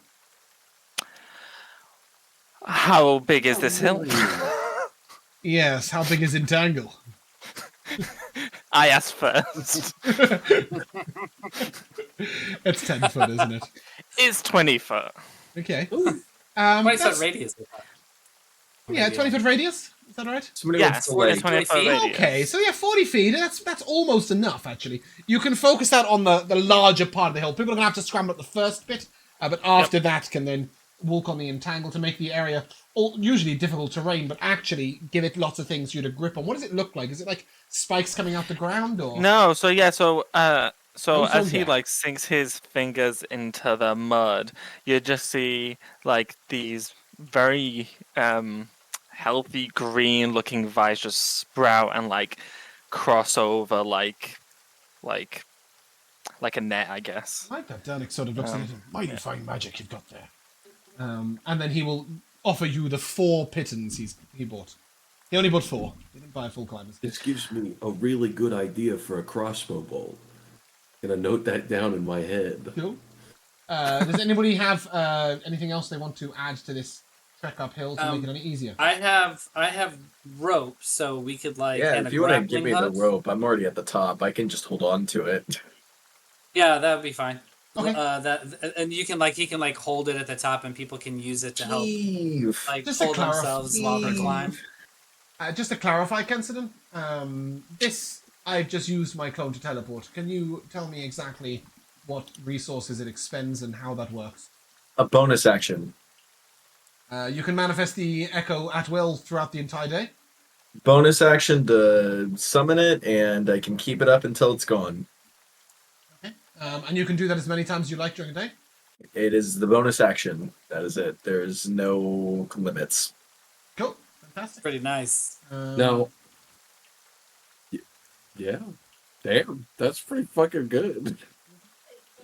That's a Traveling good very easy. So you basically have a slave to do any busy work that you might possibly want to do. I think the only That's- downside forget- is that Forget about the fighting, but Oscar, the how are only you moving downside it? is that it's got 1 health, right? It can move up to 30 feet away from me. And then once it's past 30 feet, it dissipates. But 30 feet, teleport. 30 feet, teleport. 30 Where feet, does it? teleport. Where does it say can move 30 feet? I will post it and beyond 20. 40. Yeah, I'm reading the whole thing, and I can't see anywhere where it says that it can use 30 feet of movement. Give me a second. I think you just summon it 30 feet away, no? If your echo is more than 30 feet, blah blah I know blah. that. Sorry, I saw it earlier. You can summon it Echo. can move. I just have to see. I just have to find. Are where we it gonna have is. to retcon everything Oscar's done thus No, far? it can move. There's literally I read it earlier. It says you can move it up to 30 feet in a turn. On your turn, one you can thing- mentally command the echo to move up to 30 feet Move up to in any 30 direction. feet in any direction. Okay. For some reason, the bit you pinged didn't Yeah, it went bring that buck out. wild Yes. and yeah. Oh, you pasted it instead of clicking that. I that did does the hit same beyond thing, 20. yeah. Oh no. Yeah. There we go. It just creates a fucking mess. Yeah, great. Okay, so it can move 30 feet. Just a reminder, though, that you then have to wait. So roll me a d4. Where's the D4? If it Click on dice on the upper left of D4. No, I have the D4. Yes. it says Oh. this. Let me just put a dash there. Okay, cool. If an echo is destroyed in combat or from drifting too far away from you, it cannot be summoned again for 1d4 hours. Obviously, you're going to dismiss it as a bonus action unless something goes wrong, which is why I just want to get the d4 in advance so that we're aware of it. 2 hours if Great. it does get Okay. dismissed. I don't see why, but you never know. Considine, as you stand at the top of the hill holding the rope, everybody else can walk up sort of 2 by 2, I would assume. All I need to know is anyone wearing heavy armor? Just Not Kenson. Really? Belgren's the only one, I think. I think it's heavier. Got chain. You're wearing the ones. same as I am, then yeah. You're in It's chainmail, or are you in place? plate. No, it's chainmail. Yeah, it's heavier. Okay, cool. So just you, I just need a basic athletics check, please. Do you want me to strength check as well? Nope. You're teleported to the top of the hill, doesn't matter. You only need to make a strength check if somebody falls. Guidance pumpkin. Yep. Okay. Nice, add a d4. Extra D4 on I top. don't think you can fail this, as the DC is 7. You never know. Yeah, don't say that now. You can roll that one, I guess. Yeah, so 11, 14, 18. The DC was 7. Nice. Yes. The only thing is, with your heavy armor, obviously your feet are sinking quite far into the mud as you're going up. So it's a little more effort for you, but your strong dwarven thighs pump you up the hill. And dwarves are known for their sort of endurance and physical abilities, and you sort of duck your head and get up the hill. And all of you, when you get to the top of the hill, you will see that you are on a ridge line. And you've climbed up the edge of it, and now on the other side is this sort of, it's almost sheer. It's like this, straight back down on the other side. You guys can walk along the top for quite a way, where there is a little bit of a gentler hill down. Though Oliver just expects you just to walk down the other side. What, is it just mud? The Is it brightest of rocky? owls. It is just kinda mud, wanna and it's almost completely sheer. Oh. Yeah, that would hurt on the bottom. There is a disadvantage to being up so high. Everything will be able to see us for miles around. We have But we'd good also vision. be able to see. That's Mhm. true. But everything will know we're here. And there are things out here that tend to be much better hidden than us. There is a second problem up here. As you get up, you can feel the pushing of the wind buffeting you from either side.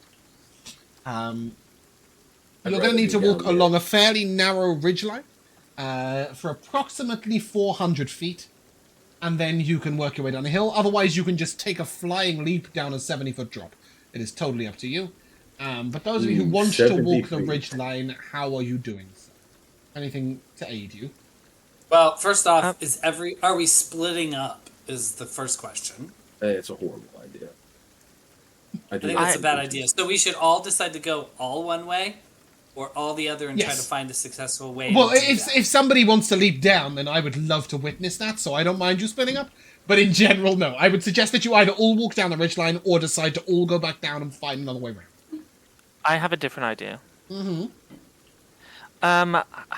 Can I have someone like ride me if I'm a large beast? Yeah, but only one person. Okay, but wild shape lasts what, an hour? Okay. Yeah. Ferry You want to people ferry back and people forth. 400 feet? Yeah. How much movement speed does the creature have? Is it Go 10? just to the bottom of the hill. Is it 10 foot, just? No. Oh, okay. 30 foot Because I know climb. the snail It's- can do. No, it's 30 foot, but the giant spider has spider climb. Right, you can do the giant spider? Okay, I thought you might be the giant centipede or the giant snail because these also can do vertical surfaces. I'd forgotten about the spider. Spoilers on the centipede. Ah, spoiler, centipede. Anyway, yes, you can totally ferry somebody across, and obviously you can be taking the dash action. So you can move 10 feet per second, so 400 feet is going to take you 40 seconds. So yes, I'll just do 100% everyone. you can completely bypass the entire difficulty except for one person. Kensidon, do you want to leave your armor behind? Do you want to just teleport on the way? You are a medium-sized creature, fairly heavy, wearing chainmail with a great sword, so a little too big for a spider. But you can teleport at will, right? So I can teleport at will. Yeah, Shadow's so not that kind gonna of makes fall down it a cliff. really easy. Great. Yeah. So yeah, as the ferry's going ahead, Kensidon's just teleporting behind you a little way on the way. Dernick is terrified of spiders. So he will get on top, but he is going to bury his face in your hair and hide himself and not look up for a second. Games are having arachnophobia mode now in like all of them, so maybe we can just flick that setting on for him. He will find that. It's just an orb. I think Fairy. he'll find that despite my other forms where the hair is very luxurious and fairy? soft and flowing, it's really wiry. I have this, don't I? Where are we? Yeah. Oh yeah. Oh yeah. You guys are literally lying inside the afro, right? Yes. The hair is really wiry, but it's also like really thick, so it's great to like. So hold instead, onto. he's gonna lie on his back and stare at the sky and hold on to the Yeah. wiry fur. He doesn't want to see this. Kiara thinks it's amazing and asks if she can paint you later in that form. Yeah, I'll telepathically say to her, yeah, do you want any specific poses? I was going to paint you striding across the hill as you are now. Oh, okay. It is majestic. Wonderful. Such a talent. And as you guys move across this ridge-line hill, and are beginning to make your way down suddenly, Oh. Okay. I just got hit by lightning. a large rumble of thunder, and you do see a flash of lightning. It's not on top of you right now. You're not going to get hit by lightning, but the storm is coming in. And I'm literally carrying a giant metal spear that sticks. Well, up you're all above my head. carrying a bunch of metal. Don't worry too much about it. We have two people covered in metal. Bear with me a second, because look at me being prepared. Goodness. No, With wrong lightning out, and wrong out. Oh no. That one. There we go. Seemed like the right Ooh. one. No. It's the right one, but the wrong place. Yes. So as you move through these grassy hills, you see the thunderstorm, and at first it's like there's a flash of lightning, and there's a little bit of rain, and then suddenly there's like huge storm clouds rolling in. The thunder is crackling everywhere, and those of you who have a passive perception of 14 or higher will notice that figures seem to be moving in the clouds. Oh man, I was just about to say I'll drop my form because the guy doesn't like it, but I've got that perception, so I think I'm gonna stay in my form in case those shadowy figures are. You are also Evil. you are currently so you've just come down from this ridgeline down here. This is the sheer drop you would have had to come down. Instead, you walked along the ridgeline up here, and you're coming down here. But there are lots of hills up and about on this side, and Finn will tell you that Oliver's image of the stone house or stone building was on a hill. So you're going to have to climb a hill again at some point, so that spider climb is going to come in real helpful. Fantastic. Kiara will ask if she can remain riding on you for now. Yeah, why not? She will be overjoyed. As you guys start moving... Just so you know, all of Hugo's wall shape smells like vanilla. Of course they do. As you move through this What? thunderstorm, I will take from all of you, It's the please. hair. I will take from all of you, please, a D100. Hair doesn't Ooh. smell like vanilla unless the shampoo smells like vanilla. His shampoo smells like vanilla. And so all Yeah, of his but- wild shape hair smells like vanilla. His wild shapes shampoo in their spare time. In the 23 hours a day they're waiting to be summoned. Hugo just spends 1 hour every morning just Belgren. rubbing vanilla in his hair. Yeah. Oh, The Belgren. pods as well, he like scrapes it out. no. Anybody? I've got What? 1, 2, 3, Likeliness 4. to I'm be missing. struck by I'm missing lightning. 2 people's D100s. Oh, sorry, that's Finn's and mine. Oh, don't worry about I'll Finn. I just- won't hit him by lightning because he's. Oh, okay. not here.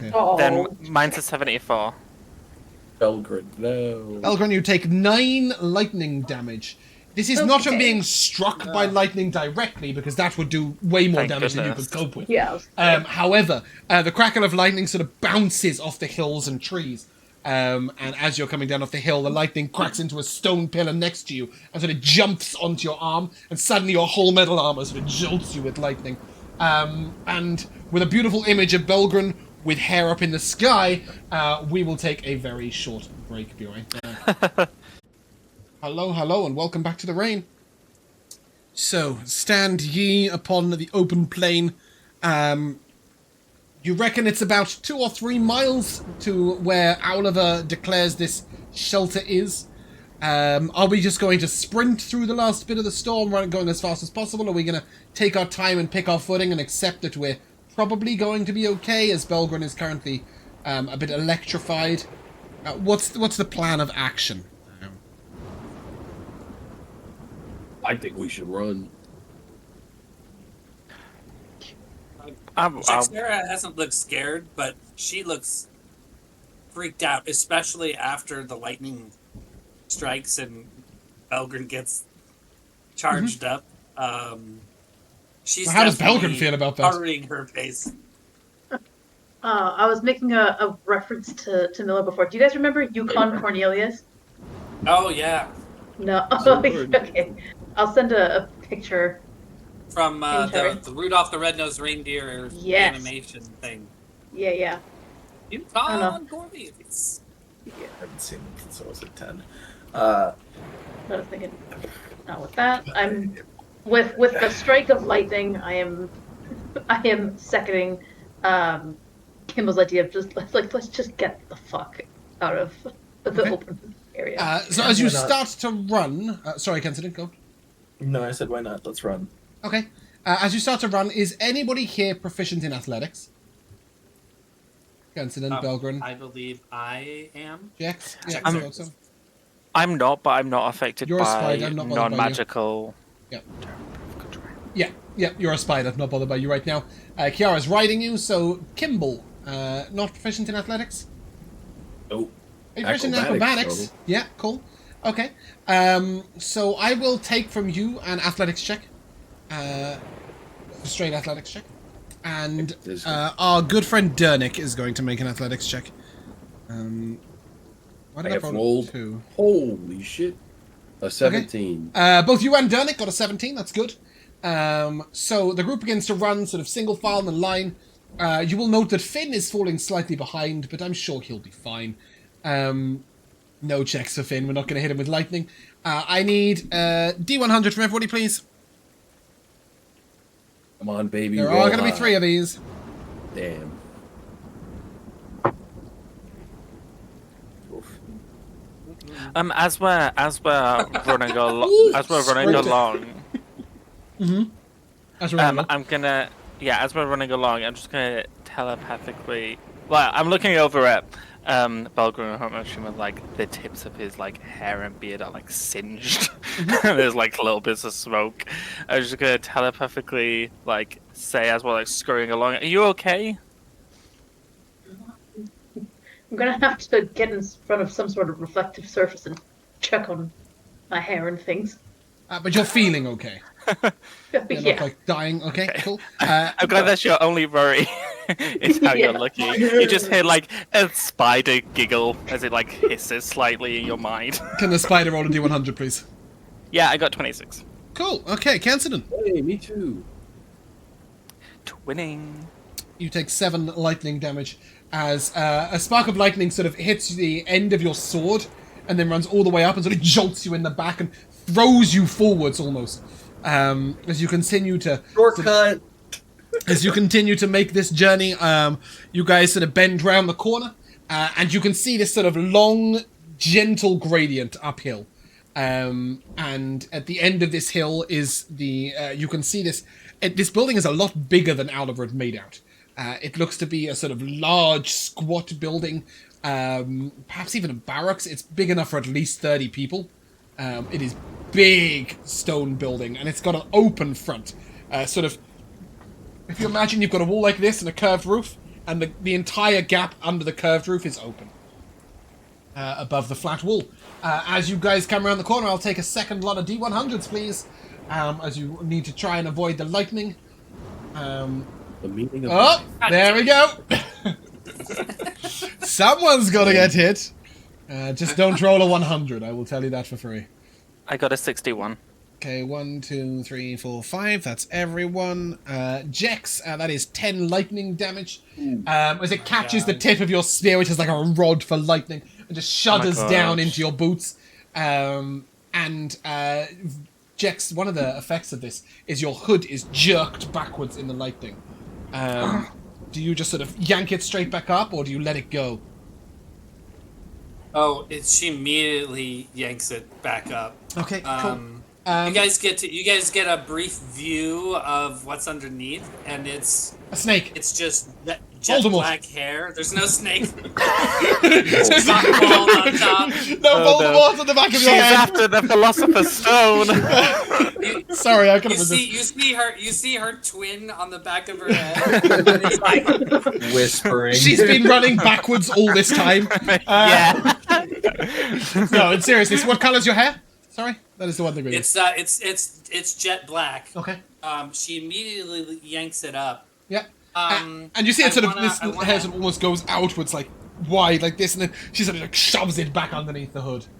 So I wanted to ask about my subclass. One of the features is that I have some kind of defense against any environmental. I have advantage on saving throws to resist the effects of harsh environments and stuff like that. Yes, and that will definitely come into play, but not right here. This is pure right luck. now. Getting hit by lightning is getting hit by lightning. Missing it is missing it. She definitely pulls it back up immediately. Okay. She'll even stop to do so. Make sure it's up. Fantastic, and I'm literally going to ask you to use that feature in 1 second to roll with advantage. As you guys begin the long, slow climb uphill, your feet start slipping in the mud.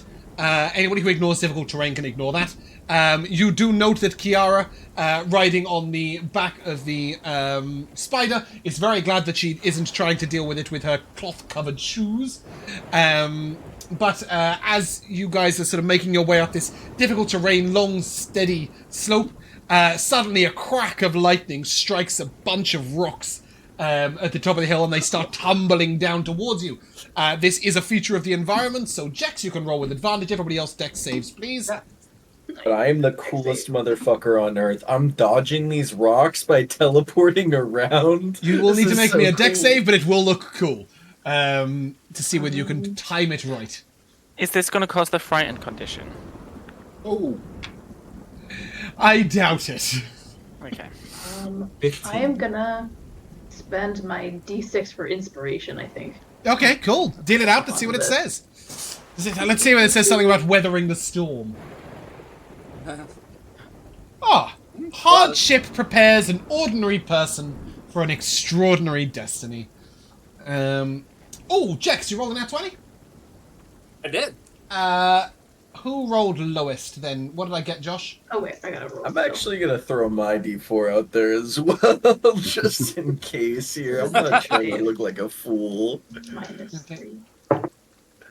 I got a 16. The one who That's a falls 19. Then. and gets up. Ooh. That's ominous, isn't it? Is stronger than the one who never tried. Do not fear failure, but fear not trying. So Belgren got an 8. That's good. With the D4? Yeah, it was a Nice. D6. Okay. Danik got a 9, which means that Jex, if you want to give advantage to someone else by grabbing them and pulling them out the way, you may give advantage to Belgren. Yeah, I'll give Belgren another shot at this. Give it another d20. I'm assuming though this one will be just a straight d20. It will just be no, the straight d20, indeed. Yeah. I think Okay. Finn would be dead if he was Oh. here. No, he's fine. He's dexterous. It's Finn. That. Oh my god. That It's one? a 0. It's a 0. Love that. Okay, so you can stick with the 8. So you and Dernick both fail. And you are struck by small boulders that are rolling down the hill. I'm afraid that means we're going to start you back at the bottom. And ask you once again for and now you will have to start making athletics checks to get up. Oh, look at that. I rolled minimal. You both take 1 bludgeoning damage. Just a reminder, Danik has 6 hit points. Oh no. With his +2 from being a dwarf. Could have one-shot him. Yeah, it could have one-shot him. But the boulders are over now. Yes, right? the boulders are over, but now he's going to go back up the hill. And as he charges up the hill with you, Belgren, an athletics check, please, from you. Just pushing his ass up. Oh, yeah, okay. We can give him advantage and you disadvantage if you want. Would you like that? Yeah, sure. Okay. He got a 19 for a 21. Yay! He'll be Let me pulling see your what I ass get. up now. Let me see. Yeah, hold on 1 second. 7, 12. Nice. Okay, so you do manage to continue on up the hill, and after you guys have dodged the boulders moving on up the hill, Kensidon looking like some weird sort of matrixy thing with shadows and dodges going all over the place. Finally, you sort of begin to get towards this hill, and Jaxera and Kensidon. That is an 11 plus 2, a 13 and a 15 to hit you respectively. A 13 to hit Jex, Miss both either a way. 15 to hit Kensidon. Okay. They missed me. Okay, and you see 2 bows. All you see is a bow over the top of a stone, and an arrow just being let loose over So and over. shadowy again. figures. They are not shadowy figures. They are behind a stone. As you go up the hill, I'll take 1 more D100 from everybody, please. Dernick please and don't Belgren will roll with advantage. Give me the higher number, please. Wait, I don't know if rolled that a hits me D100 with the nat advantage? one. Hey, the double nat ones! I'm so confused. Wait, hold on. Yes. So you just roll 2 D100s and then Give me the you higher give number. them the One is higher. perfect in this. Higher one. Okay. Yeah, because you're still on the open hill, whereas everybody else is cresting to the top. Okay. 23. 14 and an 89. Great, 89 is 1 less than what you had to avoid, so that's perfect. However, Dernick gets struck. Lightning hits down in front of him and it just splashes up and he just collapses in front of you. Absolutely, shit. completely unconscious. Alright, yeah. You said he's got 6 hit points? Yeah, so Well, he he is... has none now. he is He's on the down point to of dead. 0. I can give him 6. Just pop him back up. Okay, you will need to sort of Wow. drag him up the rest of the way, but as you put your hands on him, you can lay on hands, sort of raise him up, and then charge him on up the hill. Kensidon and Jex, the 2 of you are likely to be the first 2 up the hill, I would assume. In the straight run, Josh, I'm going to come to you in a second for something slightly different. But as the 2 of you crest the hill the normal way, you both see an arrow leveled your way, and a little voice call out something you don't quite understand. You hear, "Rah, gaga!" Is it? We don't understand it. No, you just say, "Rah, gaga!" They shot arrows at me. So, for Jax, that means you're going into combat. So she's going to veil, yell down, "It's an ambush!" And I am going to. What am I going to do? I'm gonna charge the nearest one. Okay, yeah. they've got a low wall that they're crouched behind. You're just gonna leap over the wall. I'm gonna leap. I'm gonna attempt to leap over the wall. What are you doing, Kensidon? I know that you said if you understand a language, it's very, very bare minimum, but what language is this? I will not tell you, but I will look at your languages.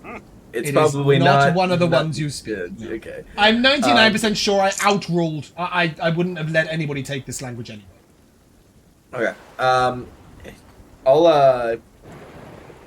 You said it's a wall that you Yeah. have to go over. Low, yes? like 2 foot tall at most. Can you go around the wall as well?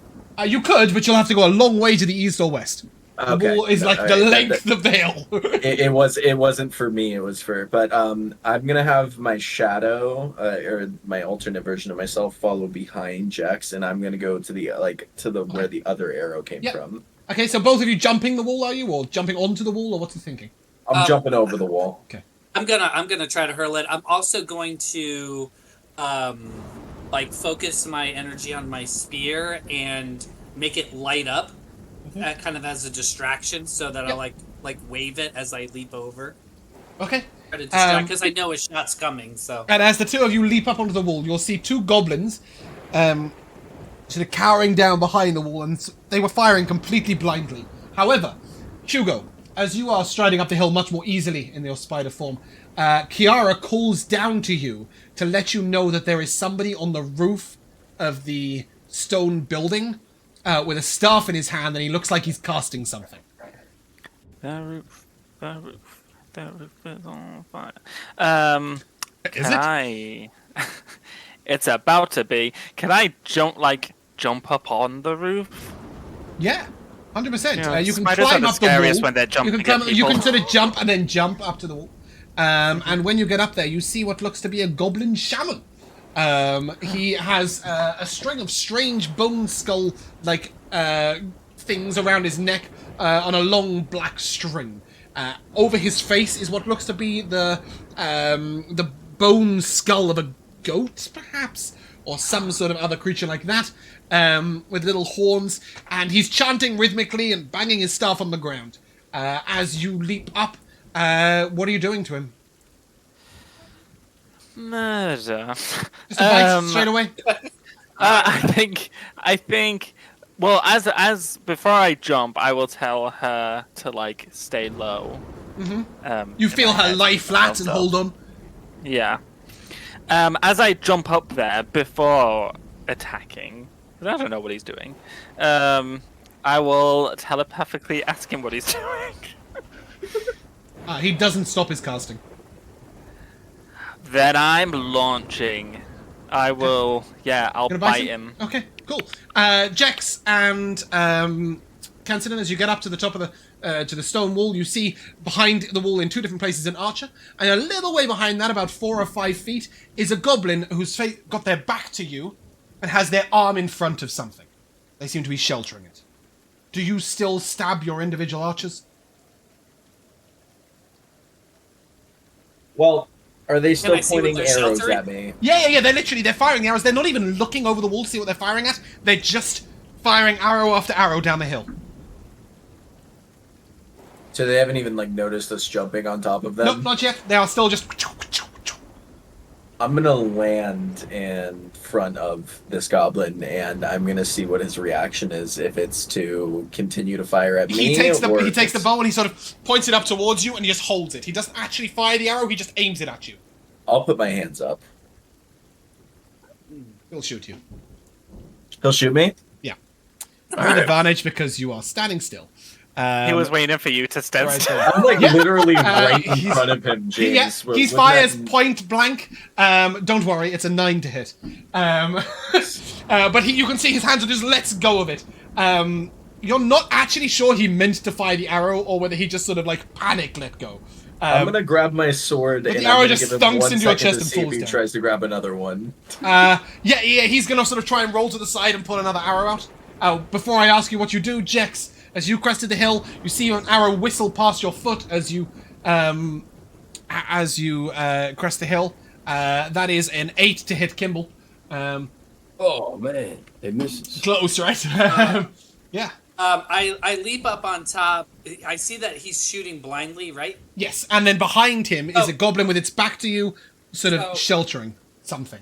What I'm gonna do is my spear has hooks on it, so Uh-huh. I am going to slide the tip of my spear in between the bowstring and the wood of the bow, and just hook it and wrench it out of his hands. You're gonna try and disarm him, just yeah? try to I'm gonna try to disarm him with that. Okay, do you have any form of maneuver that allows you to make a disarming attack, or is this just a sort of the thing you want to try? This is just flavor. Cool. I'm afraid. Okay, fantastic. No, that's absolutely Instead fine. of hitting him, I'm Give me an gonna athletics check. hit I'm going to with do a his- contested grapple for this. He got a 5. It's an 8 for me. Easily, you hook the bow out of his hand, and he sort of panics, reaches for an arrow, and tries to stick it in you, like with his hand. Just, it just breaks on you. It doesn't do anything. I'm just gonna like level the spear at his throat, and I'm just going to say, "Stop right there." Okay. At that you moment, Kensidon, In combat. as he rolls to the side and he raises the arrow towards you, Kimball and Belgren and Dernick will at this point just be reaching the wall. What are you doing, Kensidon? Oh, my shadow's gonna reach up behind him and grab the bow. Okay, so you also want to try and disarm him, yeah? Give me Yeah. an athletics check. Oh, thank God they rolled the same as me. I see. That's a 4. It's a 9. Yeah, great. I rolled a 4. Yeah, so you pull the bow out of his hands, and again, he sort of gets the arrow out, and he sort of holds it out as you if he's trying to threaten you with just an arrow. And then Yeah, he's got a shadow behind him holding his bow above his head, and he's got all of me a sudden, standing in front of him. He's all of probably you hear scared the shitless. same noise. The shrill shriek of a baby crying. And as you see this goblin who's behind the two of them, sort of scoops up whatever's on the ground and just runs away up the hill.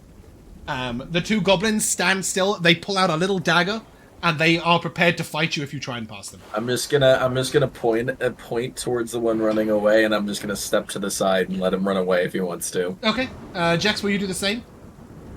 I'll do the same. I'll gesture with the spear. Yeah, as the three goblins flee their way up the hill, just as you all crest the wall, I will take a D100. Oh no. Goblins will roll 2. Oh, good. Nobody's hit by lightning. No goblins. just God, the What? goblins just It's- die. Is the shaman casting Call Lightning? No. He might have been. Oh no! Ooh. Well, you guys have to understand. So we're rolling 5 D100s 4 times. So there's a 20% chance that someone is gonna hit it. Check Sarah's gonna fucking die. That's hilarious. I think you're about to actually die. Like, for real, Oh for real. I my think gosh, you're who's about your to backup die. character? It isn't a direct hit. I will tell you that. That's not quite how this works. But this lightning will channel down through the spear directly into you this time. You take 17 lightning damage, and I need a constitution save. This is against being knocked unconscious, whether that is relevant or not. If you are already unconscious because your hit points are 0, then that makes no difference. I'll be knocked unconscious. Yes, you will.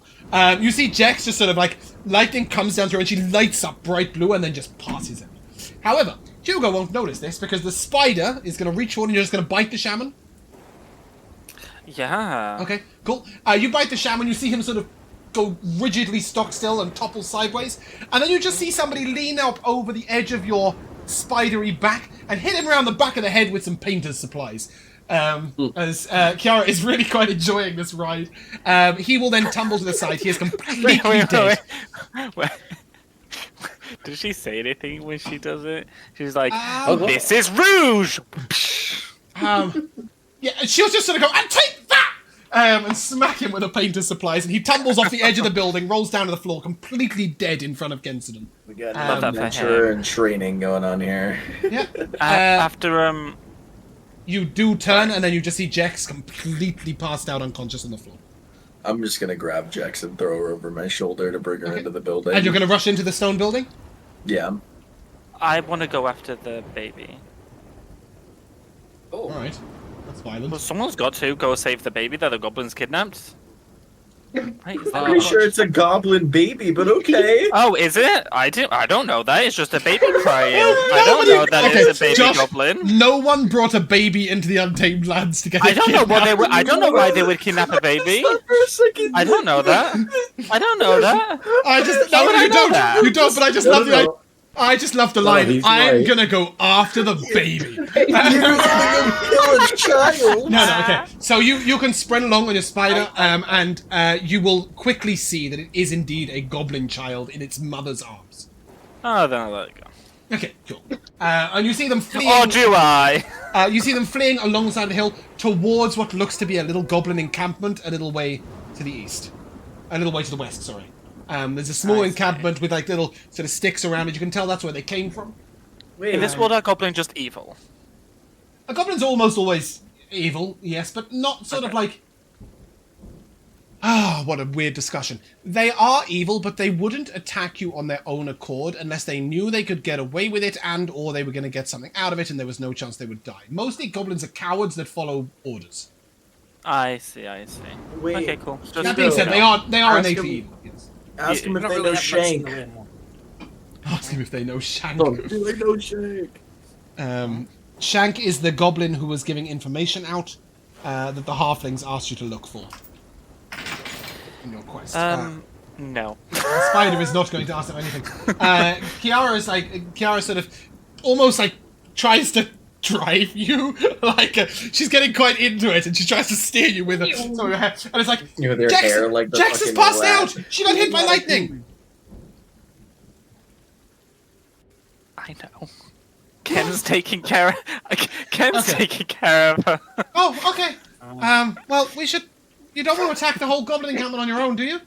Fun as this is, I don't think... I need a proper weapon. No, I would like to just like go around the area just to make sure there aren't any other goblins here whilst everyone's doing stuff. You see an encampment where they would Sure, be, but I just need the nothing- area that You we're. see nothing that we else are. outwards, no. Oh, okay.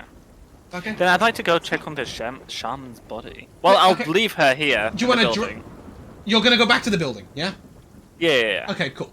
When you do so, you can you'll see Finn just dragging the goblin's body, the goblin shaman's body, into the building Oh, to okay. inspect it in there. Okay, Yeah. Cool. great. I'll As come out of wild shape. as you guys get into the building. Oh no, not that. Oh dear.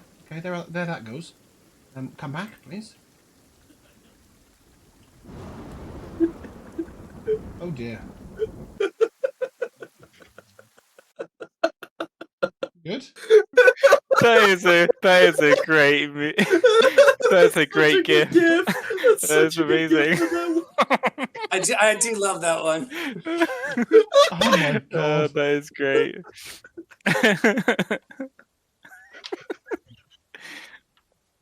Okay. Oh man. You hear the muted sounds of the thunderstorm continuing outside as you guys head on into the stone building. As soon as you go in the building, you notice it's large.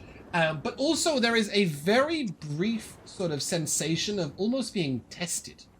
As you go to step over the boundary, you will notice a ward, a line of wards, a line of runes light up along the ground before each of you steps over. You are able to pass them easily. But Finn will inform you this is powerful magic. This is an antipathy-sympathy ward. And specifically is antipathetic against goblins and orcs. This is a safe haven. Good place to sleep. Inside this large building, you will see that there are various different bedrolls laid about.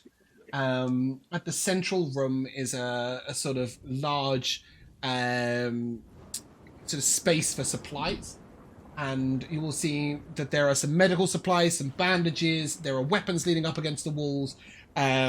You'll also see that there's a big space in the center with a large chimney that is designed to light a big fire on the inside that will keep this nice and warm.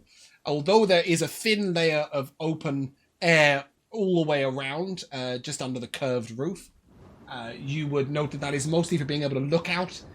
It's high enough up that it looks very safe, but you do see ladders placed at intervals on the inside to allow you to climb up to look on out. As you all come in, you will see Kenson, I'm assuming, putting Jex down on one of these ready rolled out beds. And I'm going to be trying to shove food in her mouth, actually, as a matter of fact, as I slam one of my delectable treats. Okay, plus 1 HP and plus 2 temporary hit points, is that right? Yes. So you'll come back up with 1 and 2 temp HP. Dernick will just pass out on one of these beds. He doesn't say anything, doesn't do anything. Or actually, no, he will say something. He just looks over to Belgren, claps him on the shoulder very, very weakly and just says, "Thanks." And then just... like, he was not ready for that run. For the rest of you, you can explore this little adventurer's hideout, if you will. It is... it'll take you a little while to find it, but there is a large plaque up against the wall where different people have either signed their name or put their emblem there. You'll see the Order of the Gauntlet, you'll see Treveth's Finest, you'll see all these different mercenary groups have rested at this place and mentioned that they're there.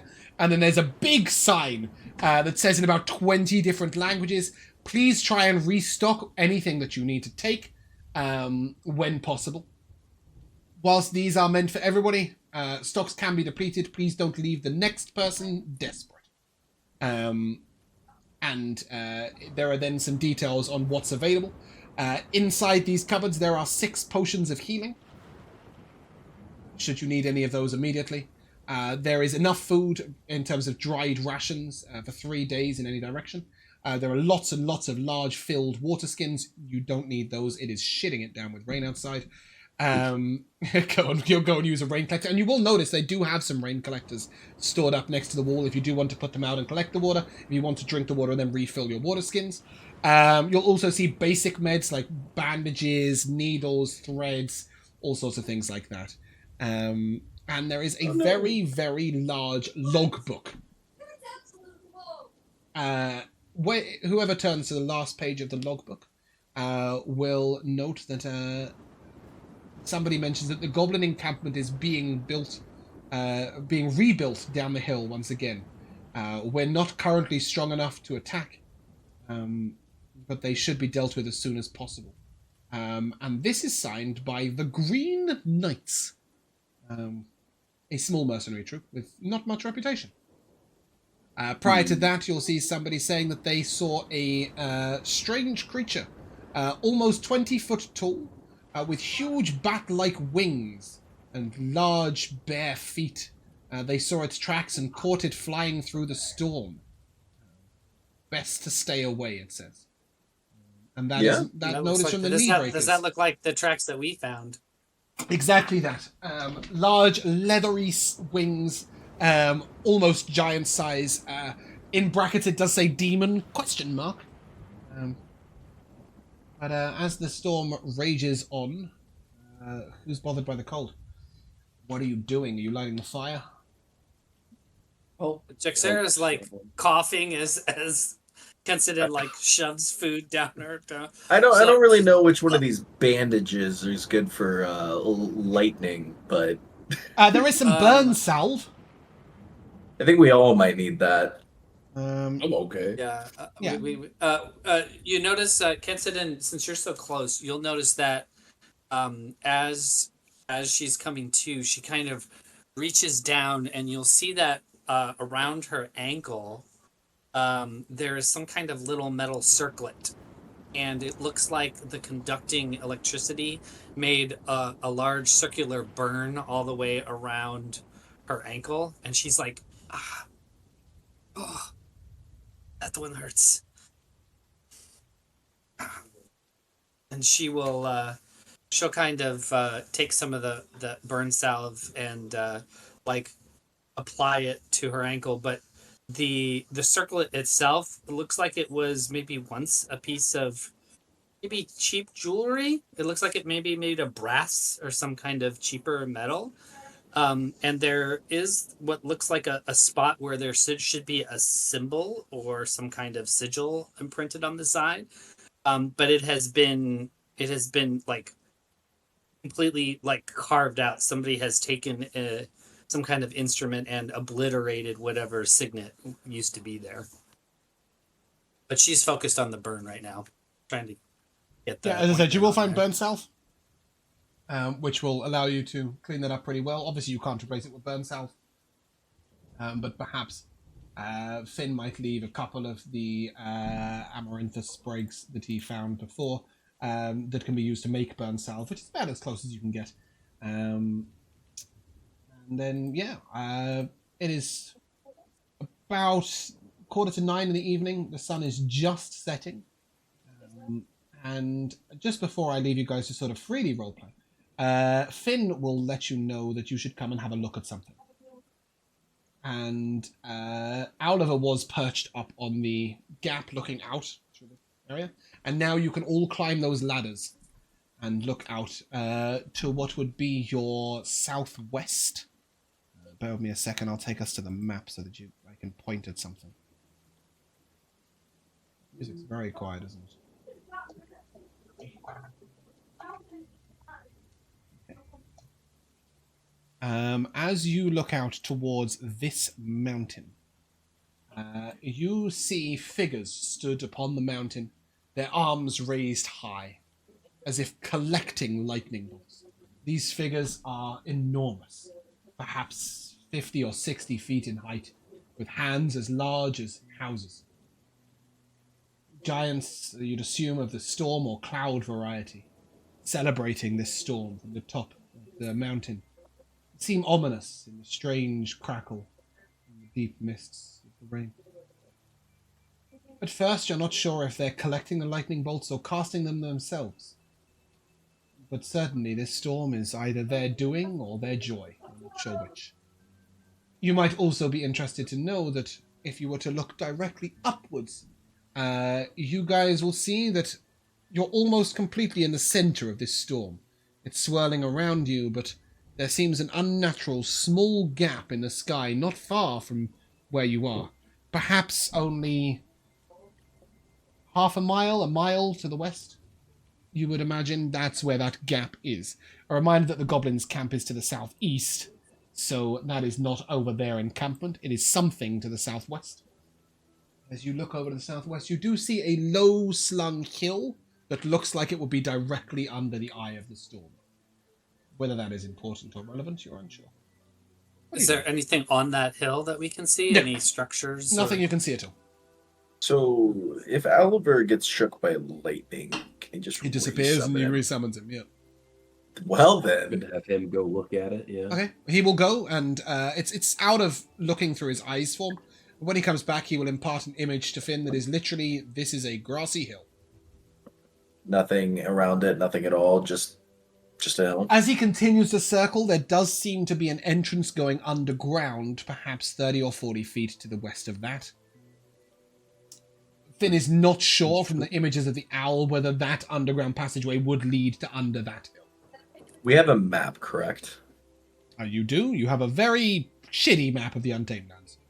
Okay, somebody want to mark that down? Okay. Because I it's just will not put the pin in something it. that I can see us doing with these two. people. Yeah. Or during a storm. Yeah, during a storm, let alone while we're trying to, complete, like, getting him to turn to his wife and then painting the lands. It's just It's quite annoying. Maybe It's going to be in the tea.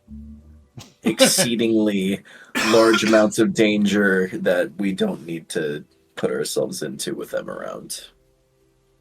Agreed. Looking up into the clouds that are creating this giant storm, do we still see like figures of some sort? Are they like Though other those figures giants? are like, or yeah, they something? do sort of imitate those giants standing on the mountain. So they're making this. You're not sure if they're making it or reveling in it, but one of the two is definitely. Why would they ever stop if they could make it and they love it? And, Gotta Well- sleep, I guess. Or perhaps it's very, very powerful and strong magic that they can't do very often. You might perhaps think. So this is the hill. This. Oh, Turnick's wife. Turnick has two Married families. twice? I'm just And they using both copy died? paste, relax. It's a secret family that he's kept secret from his other family. Good thing he passed out. Can't answer any questions.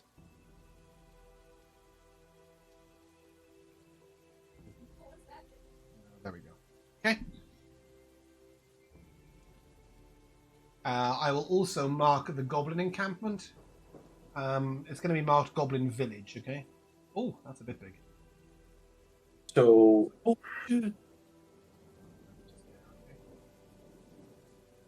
group thought process here, everybody. Is this something that we do now, at least the village, or are we going to at least come back here after we, deliver? I will tell you Turnick that if another adventurous troop couldn't take that group, you would assume that you can't either. Yeah, I think we come back eventually. Yes. Yeah. Don't try that now, please. But not Also, only this are we place has underpowered, the but we're- warding runes to keep us safe, so. Yeah, they can't come into you, but if you did want to go down and clear the Goblin Village, now's not the time. I will say that Oliver can fly briefly above, and we'll estimate that there are between 30 and 50 tents. Ooh. That's a little bit big. Assume maybe. Do like bear in 2 mind tents that like a tent is probably 1 to 2 goblins. Okay, not like they're not big communal tents. But Right, still. but that's still a lot. 100 goblins is a lot of goblins. Yeah, exactly. You'll have a hard time doing that on your own with no fireball. Well, we want to take shifts. One when other people thing. Rest, we can. You made it through the storm, or at least you made it to the adventurer's rest. So go ahead and take 150 experience points. Oh. That should help. Yeah, It's not quite bedtime. You've got an hour or two before bedtime. If you do want to take shifts, Did you say 150? Yeah. I would like to gather some folks for something. Okay. Everybody at the moment, the fire's lit in the center, and everybody's just milling about. So mill away, Miller. If Finn was here, he was going to be the primary guy I spoke to. But to anyone who's willing to listen, if anyone's sitting around the fire, Kimball has taken the smallest pipe from that thing, and he has taken the crystal, and you see him sketching something, and he'll lean over to somebody. Let's just say, here, there's 4 of you. I'm just going to roll a d4. He'll lean over to Incident. This is how I decide who to hit. No. And he'll be like, here, you want to look at something real quick? Sure, dude. What you got? And he'll lay this kind of heavy 10-pound pipe in front of him and pull out some lenses and show you like a little sketch he's working on.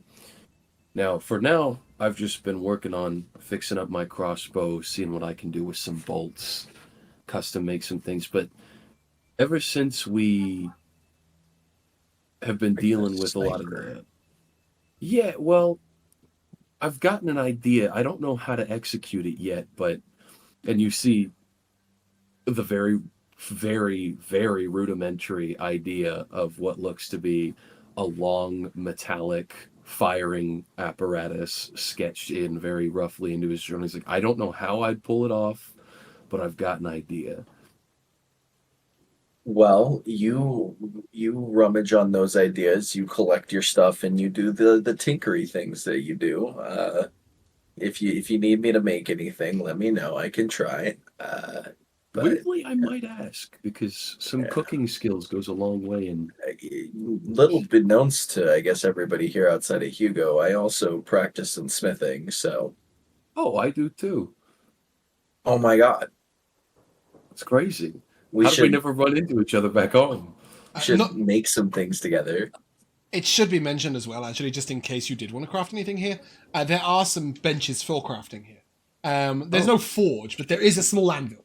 There's a crafting bench? Yeah, there's a small anvil, a large hammer, and a whetstone. You would assume that this is mostly for repairing arms and gear on the way. There's also a large leatherworking bench with a crank wheel shaft to pull leather through. There is a tanning rack, which is just outside, or just like hanging outside, I guess is the way to put it. It's on the lip of that wall, and you could hang stuff outside to tan. Probably wouldn't do that in this weather. And there is also what looks to be a table for some alchemy stuff. There's a mortar and pestle that is sort of built into the table. Sorry, carry on as you were. The fucked up thing is that I can only make bolts if I take the entire day to do it. So this is so tantalizing. Isn't it just per day you can do X? I have to make in one work day, I can make as many as my proficiency bonus. The way that goes is each long rest is your 1 day of working. So you'll have to spend your 2 of your 6 hours or a couple of hours elsewhere. You don't actually have to spend the day crafting. It's just in a standard day, when you spend some time crafting, that's what you can make. If you were to spend a whole day, then we'd start doing mass production. I would like to make some crossbow bolts. Okay. Can I just ask, what are you doing with those lenses? Those lenses I'm currently keeping. You see, in the sketch, actually, the long metal tube has the scope on top of it that seems to be wooden, and the lenses have been drawn in the end of those. Okay. So he's just keeping them for now. Right, okay. Because I will tell you that that base lens, the non-telescopic one that was in the bottom of the teleporter, Finn thinks he might be able to split it exactly in half if you wanted to use it for the glass of your goggles. Sure. Actually, I could find something else for these. Okay. I did collect all of the crystals, so if I wanted to split it later, I could.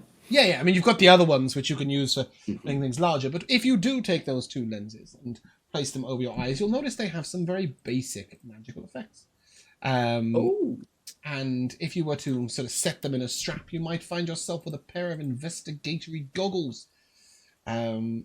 These will allow you to have advantage on any intelligence checks, investigation checks that rely on sight. You also have any advantage on any saves against blindness while wearing them. In addition to that, these will give you a +1 to any Tinker's Tools checks you make whilst wearing them. Is this a custom item? I will give you all the information very shortly. I will ask you to make an image of it. Sure.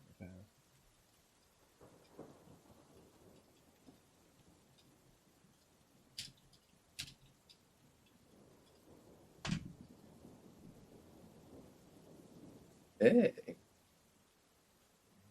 Yeah. I knew bringing up wanting to make goggles would be fruitful eventually. Well, I had goggles penciled in before you mentioned it, so... It just lines and up. most It's something conveniently, that a lot of groups make. in most some conveniently, fashion, some Josh goggles. has given me the base for these by having the same type of item on his rogue as the base for his keystone item on a Sunday. I play a duck folk called Cooper. He does. That's He fun. stabbed a soccer ball. It was very mean. Oh. To find out if there was anything inside, not just for the. I mean, you know. I can Just There was a around reason. Kingsbury. There's a bunch of toddlers playing soccer, and he walks over, grabs a soccer ball, stabs it, throws it I back. waited till That's it pretty rolled much over to me. exactly how it happened. No, Buster. I They weren't waited till it toddlers. rolled They over were to 8 to me. 10. Yeah. Yeah. Is there a way to make a custom? I'm magic literally item gonna ping it to you in 2 seconds. Oh, cool. Yippee! Did And then- somebody say, "Yippee!" I believe you will find them on D&D Beyond as Tinkerer's Goggles Dormant. Awesome. Oh, Oh, dormant. dormant. That's always a good Mhm. sign. Oh, I'm so happy about. I made my own. That's awesome. Don't worry, I will just let you know the very exciting news that you walked past Oscars. I'm kidding. I'm totally kidding. You haven't really. I've moved it because you weren't here for the session last week, and I didn't want to give it up when you weren't here. Finn's I couldn't move because it was in a tower, and you can't move towers. But you can move loot. So yours is later on. Yes. It hasn't Druids shown don't up find yet, good but stuff when in the it Untamed does- Lands. Oh yeah, that should do. will. I'll ping it to chat if you want.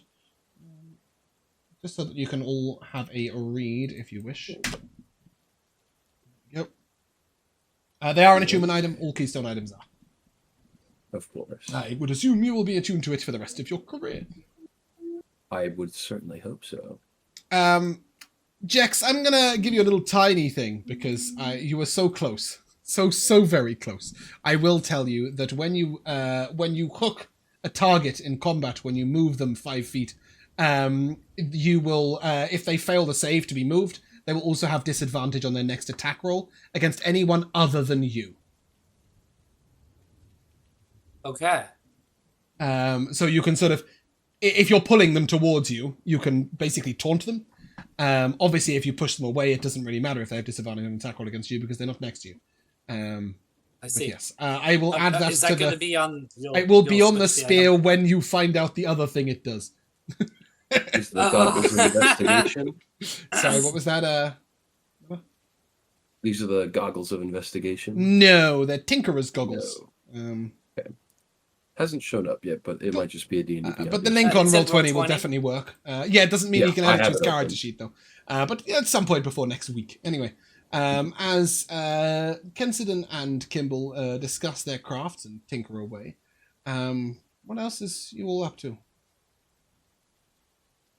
Sarah is really badly wounded, and so she kind of like limps over to like a quiet corner, not like apart from the group, but just You kind of can't be. off to the It's a side. big round building, but yes. Yeah, I mean she's off in the to the side. Yep. She's gonna dig in her pack and dig out a little box that she opens up, and insides are a lot of needles and threads of various sizes and different colors of thread, and she's gonna like she like reaches up to kind of detach like the hanging shoulder part of her like kind of desert outfit, and is able to kind of detach it from the rest of her clothing, and she starts it's like charred and kind of burned in places. There's a couple of holes in it, so she's going to like take the little scissors out and snip those portions away and begin uh kind of sewing Reweaving it it? back together. Yeah. Yeah, reweaving the cloth. Okay. As everybody's doing their crafting, Finn is currently updating the monster manual. What do we call it? It's not actually called a monster manual. What do you call those things when they're a We're collection gonna of call it the animals? monster manual Encyclopedia? now. Monsters compendium. I don't know. No, there was a proper word. Bestiary. That's the word I was looking for. Bestiary. He will update the bestiary with the owlbears that you fought, and then subsequently the what were they called? Those nasty little buggers that attacked you and could hear you. I will Rick? find their name. No. Yeah, They I were didn't know something. what they were called. I just called them Um, spiderlings. Yeah, they were a little spiderish. You all failed the check for it. But chitines are the small ones, and their commander-in-chief, who spoke Undercommon, is called a Choldrith. That was that fat spider-like creature. So while Finn's doing that, Belgrin and Hugo, what are you guys up to? What's Belgrin doing? Does Jaxera kind of seem like she's not wanting to be bothered by anyone right now? No, she's just kind Okay. of got herself out of the way. That's all. Okay. Well, then I'd pop over very quickly, kind of see you tinkering almost like with these like the fine needles, and just kind of tell you like, even though my hands may not be suited for such fine work, I can at least help you with this. It's not much, because I had to help Dernick first, but I will give the last of my lay on hands to you if I can, just to kind of help you out a little bit. Thank Yeah, you. 100%. It's only 4 points. That's okay. Oops, 4 is wrong nice. way. Jaxera looks gratefully up at you, as at least some of the worst of her wounds look a little bit better. She reaches down and checks the circular burn at her ankle. It looks a little better, and she says, "Thank you so much, Belgrin. You are an upstanding and dependable companion. I am grateful that you are here with us." Well, thank you for that. I would like to have a longer conversation with you, but I feel like we've all probably experienced a little bit too much for tonight. I'll leave you to your thing. Please sit and join me if you have something you wish to say. I do. The other thing that was piquing my interest was you're saying that there was a board of like other Mercer or other like groups' names on it. Was it like a you have to write in ink on a piece of parchment to put it in, or is it like you have to etch not into on it? parchment. So there is a large board with a kind of, I guess like a thick canvas, but it's canvas that's been attached solidly to wood. So you can write on this with a quill. You can write on this with paint. You notice that a couple of people have instead taken an emblem that looks like it's an actual badge of some sort and pinned it on. One particular group have hung a shield on the end of the large canvas, and that shield bears the markings of the Order of the Gauntlet. And you might at this point remember that it was a member of the Order of the Gauntlet that fell in combat. It won't take you long to work out this is probably his shield. And indeed, as you look around the room and note that sometimes some other armaments, none of which seem magical or particularly powerful, but lots of which seem sentimental, have been hung in certain places. And if you look very closely, under one particular dagger, you will see an engraving in the stone that says, in memory of Jester. If you look behind one very small mace that looks like it's made for a tiny creature, really. It's small even in Hugo's hands. You will see our good friend Regis. Keep bonking, friend. And there is a slightly lewd picture drawn after it. And the mace is rested in front of it. So lots of these inscriptions are written behind the weapons, but when you lower them down and put them back up, you'll see that whilst all the marks on the canvas are for mercenary groups that are currently in action or, have just taken place here and just want to be known, all of the things that are hanging on the walls or placed in certain places seem to be a memory of fallen adventurers.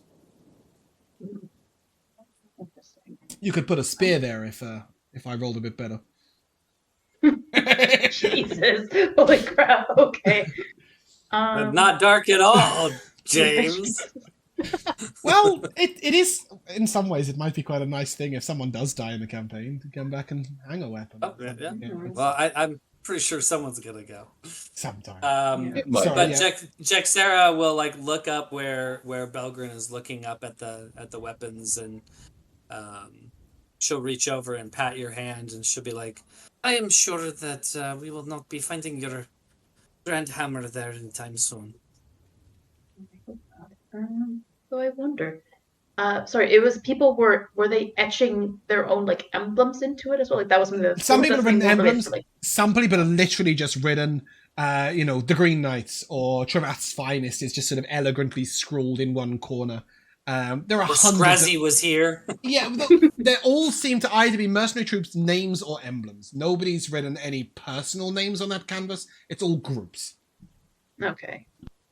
So I wonder, I would like to do at least with my own, with the best writing that I can to put my quill out and to write good company on there. Yeah, great. I But love also probably, if I can, to take some time as well, using my shield, or actually I would be using my weapon more as a reference. I'd also like to be putting a little tiny version of my family crest somewhere else. Yeah, Okay. and indeed, as you go to do this, you're sort of looking for a nice space, and it causes you to peruse a little closer, and you will see a couple of other, dwarven family crests, but also you do notice a couple of noble family crests that you've seen back in...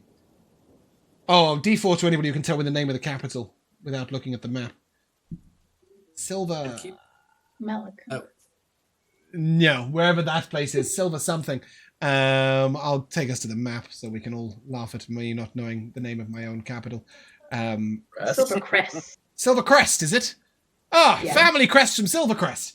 There we go. Oh my god. I had it, but I didn't want to be wrong. God damn it. It did sound weird as well, but yeah, you will see a couple of noble family crests also, and they do tend to be quite small, but just delicately put in a corner, and there's plenty of space left on this canvas.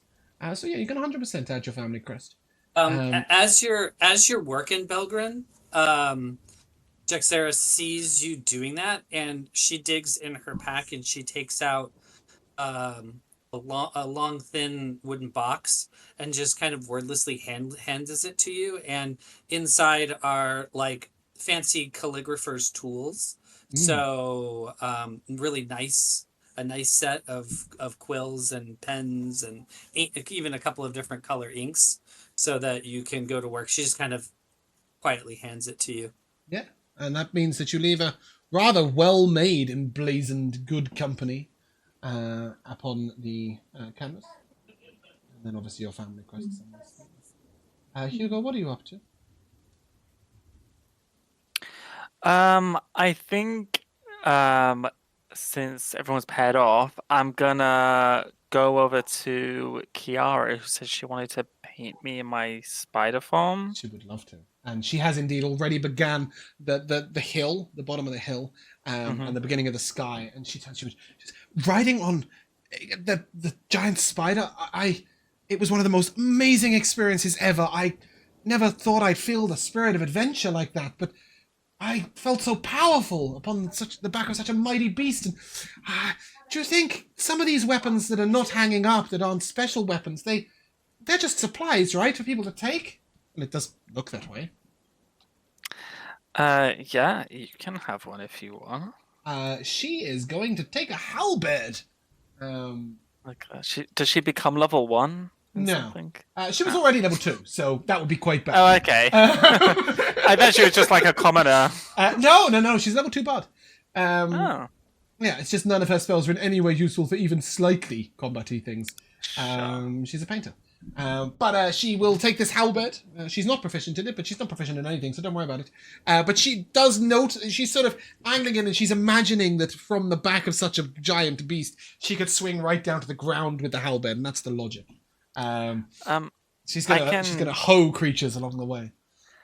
I can still transform into it if you need the Is it finer tiring for you? details. No, but I mean, I think we're resting If you'll here be for tonight, comfortable. anyways. That would be wonderful. Okay. Has it stopped raining? Is it still raining? No, you do not want to go outside. It is storming, and you'll get hit by lightning. Oh, I can't Still in transform here. in here. Yeah, you can. It's a huge hut. There's space for 40 people in here. Is it tall? ceilings are I'm sort of- large. Yeah, the ceilings are 20 foot tall, Okay. which is 3 times the ceiling that you're currently sat under. You could fit a giant in here. You don't need to worry about it. It's not a storm giant, but at least a frost giant or a hill giant. What's the guy who's scared of spiders doing currently? Derek, he passed Gone to out. bed early? He passed Oh no, out. Oh, he thank literally God. passed out when we came in. He's been flat in his face. Oh, since good, the because I moment didn't we want walked to in. scare him again. No, no. Snoring in the corner. He yeah, finds so- spiders with afros slightly less intimidating. It's not an afro. It hella looks like one. No, it don't. That's definitely It an is afro. definitely an afro. It's a loose afro, but it's definitely an afro, right? It's a huge ball of fur. No, because the hair's like whatever. I'm not kidding. It's a wavy, large hair ball thing, right? Anyways, yes, I will wild shape. Oh, wonderful. Okay. And then, she starts drawing on, and she just thinks and she basically just spends a whole 20-30 minutes just complimenting you and telling you how amazing it was and how she felt powerful and excited. And you then see her sort of hesitantly wonder if she could have sat on top of that snail as well. She's really considering a career in Hugo riding combat. Oh, or just Hugo riding. No, not so much that. You come up to her waist, and whilst that could be convenient in some senses, it is not her idea of a great partner. So she will. That's why Miller's been raising her up. Yeah, well, he made shoes I don't for even her. try, and everything. man. She He is- went made her into a huge. woman's heart, buy her shoes. She is Yeah, kind of Kimball just- pretty. In her Kimball's own got way. unspoken riz. He just naturally pulls out. No. He's The waiting. worst part, He's waiting for that He's fire so- sorcerer. I He's seem to remember James saying stupid. that was the ugliest elf woman thing that he could find. Yeah, it that was. they're It all was. beautiful. I really couldn't find anything plain at all. The ugliest elf is the hottest individual in the room, and you know what that tracks. Yeah, goddamn right, brother. Oh, I don't know. yeah. I don't know. Belgrade has a very fine body. Kenson is very attractive. In high fantasy To D&D, himself. everyone's hot unless they are specified not to be. Yes, or scarred viciously. That can make it hotter, though. You never know. Even the spider's looking good. And yeah, as she paints, it gets towards sort of late night. You can keep a watch if you want, but Finn will inform you that the magics on this shelter do seem quite powerful. And he's certainly confident enough to just cast... Is it Alarm? He casts Alarm, right? That is his thing. I don't have his character sheet open. Josh? I do. What? Does he have Does he have Alarm? Oh, Or was that Rico that did that? he does not. Okay, so that wasn't him. He's got Either sleep. way, I can. If anyone's struggling, I only sleep for 4 hours, so I can. Yeah, absolutely- I'm sure that people will keep an Jaxara's eye out. always going to take a watch, even if Okay, it's not required. She's Can I assume that you Jaxara might needs have the to go Dawn Watch, sleep Jax? right now. You might take the Dawn Yeah. Watch because you Sure. had a bit of a rough time. need But some certainly you sleep. don't need an organized paired out watch. And I'll say Actually, go on. here's something fun and interesting, ladies and gentlemen. I am going to just climb up that ladder, go ahead and get into that watch area, and you'll see my eyes kind of glaze over, and the shadow will just start walking out the door, and I can go up to 1,000 feet away. So Ooh. I am going to just go ahead Finally. and keep watch, just like Yeah, I mean, outside the building. obviously, Oh, while in he that doesn't phase, keep you'll be walking. awake. Yes, yeah. Yeah, I mean, exactly. I only need to sleep for 4 hours, but Didn't you it's say it more of like dissipates if it moves more than 30 feet away from you?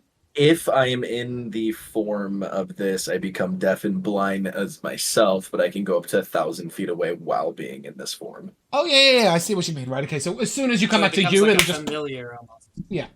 Cool. Yeah. Love that. And with That's Shadow keeping watch in one direction and Oliver keeping watch in another. Kenton sitting in the one place he can be shot from the outside. I'll see it. Yeah, of course. You guys can go ahead and take a long rest. Yeah, we need a long rest real bad. And in the Yes. morning, before we call the end of the session, we are going to end any moment soon. But you will see that the storm is still raging up ahead, though it has moved onwards. And you can see the sunrise sort of coming below it. Whilst it's still pouring with rain, there is no sign of any lightning.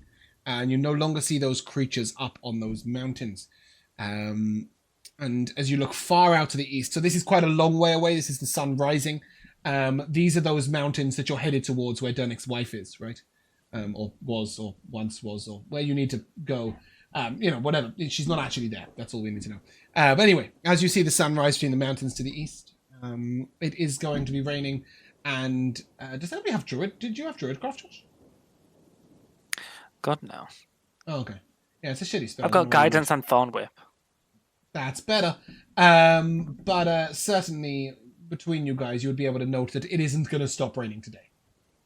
You don't think you're going to get any more dangerous lightning, but it's certainly not going to give up raining. And on that note, that is where we're going to end. So we will come to our timeless tradition of MVPs. We had an excellent recap from Nathan, which means our first MVP is from Oscar. I'm a broken record on having already used this MVP before, but I mean it when I say this, that for some odd reason, Kimball, with women, just an absolute stud. I don't know. Today. He goes over made and he's like shoes. helping her with her shoes, like holding Oh, her yes. Okay, still, the spiked shoes. I really wanted her to then have to go up a hill with her climbing shoes on, but then she was riding a spider and it was pretty cool. It all worked out. Yeah. She thinks so. Josh. I really liked the running from the storm, like through the mud and up the hill, and the rocks falling against us. I thought it was really cool and intense, and yeah. Good. I'm glad. Bumpkin.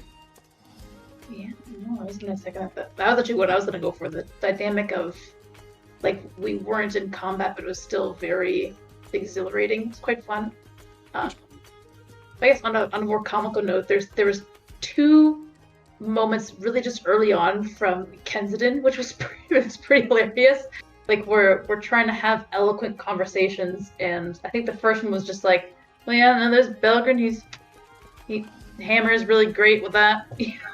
Hammer's really good. Real good. Yeah. Yeah, hammer's really good. Hammer And then there real was the good. time when I think Jexera was trying to have a conversation after the after the sparring, just like trying to give a compliment to Skill. He's just like, I'm so damp right now. Just like completely ignores what she says.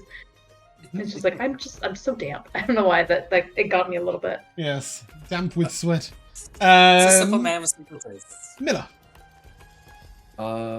I enjoyed the little test fight between Kensington and Jexera. I thought that was very fun. It shows martial classes like, well, we can't do more spells than some other people, but we can hone our skills in, testing how we fight against each other, and I like that.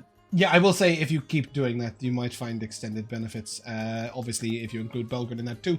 That was kind of my plan. Yep. Yeah, I wanted to, Beat I on wanted to party start mates, sparring. get benefits. Yeah. I'm sold. Beat each other up. Nathan. I have two.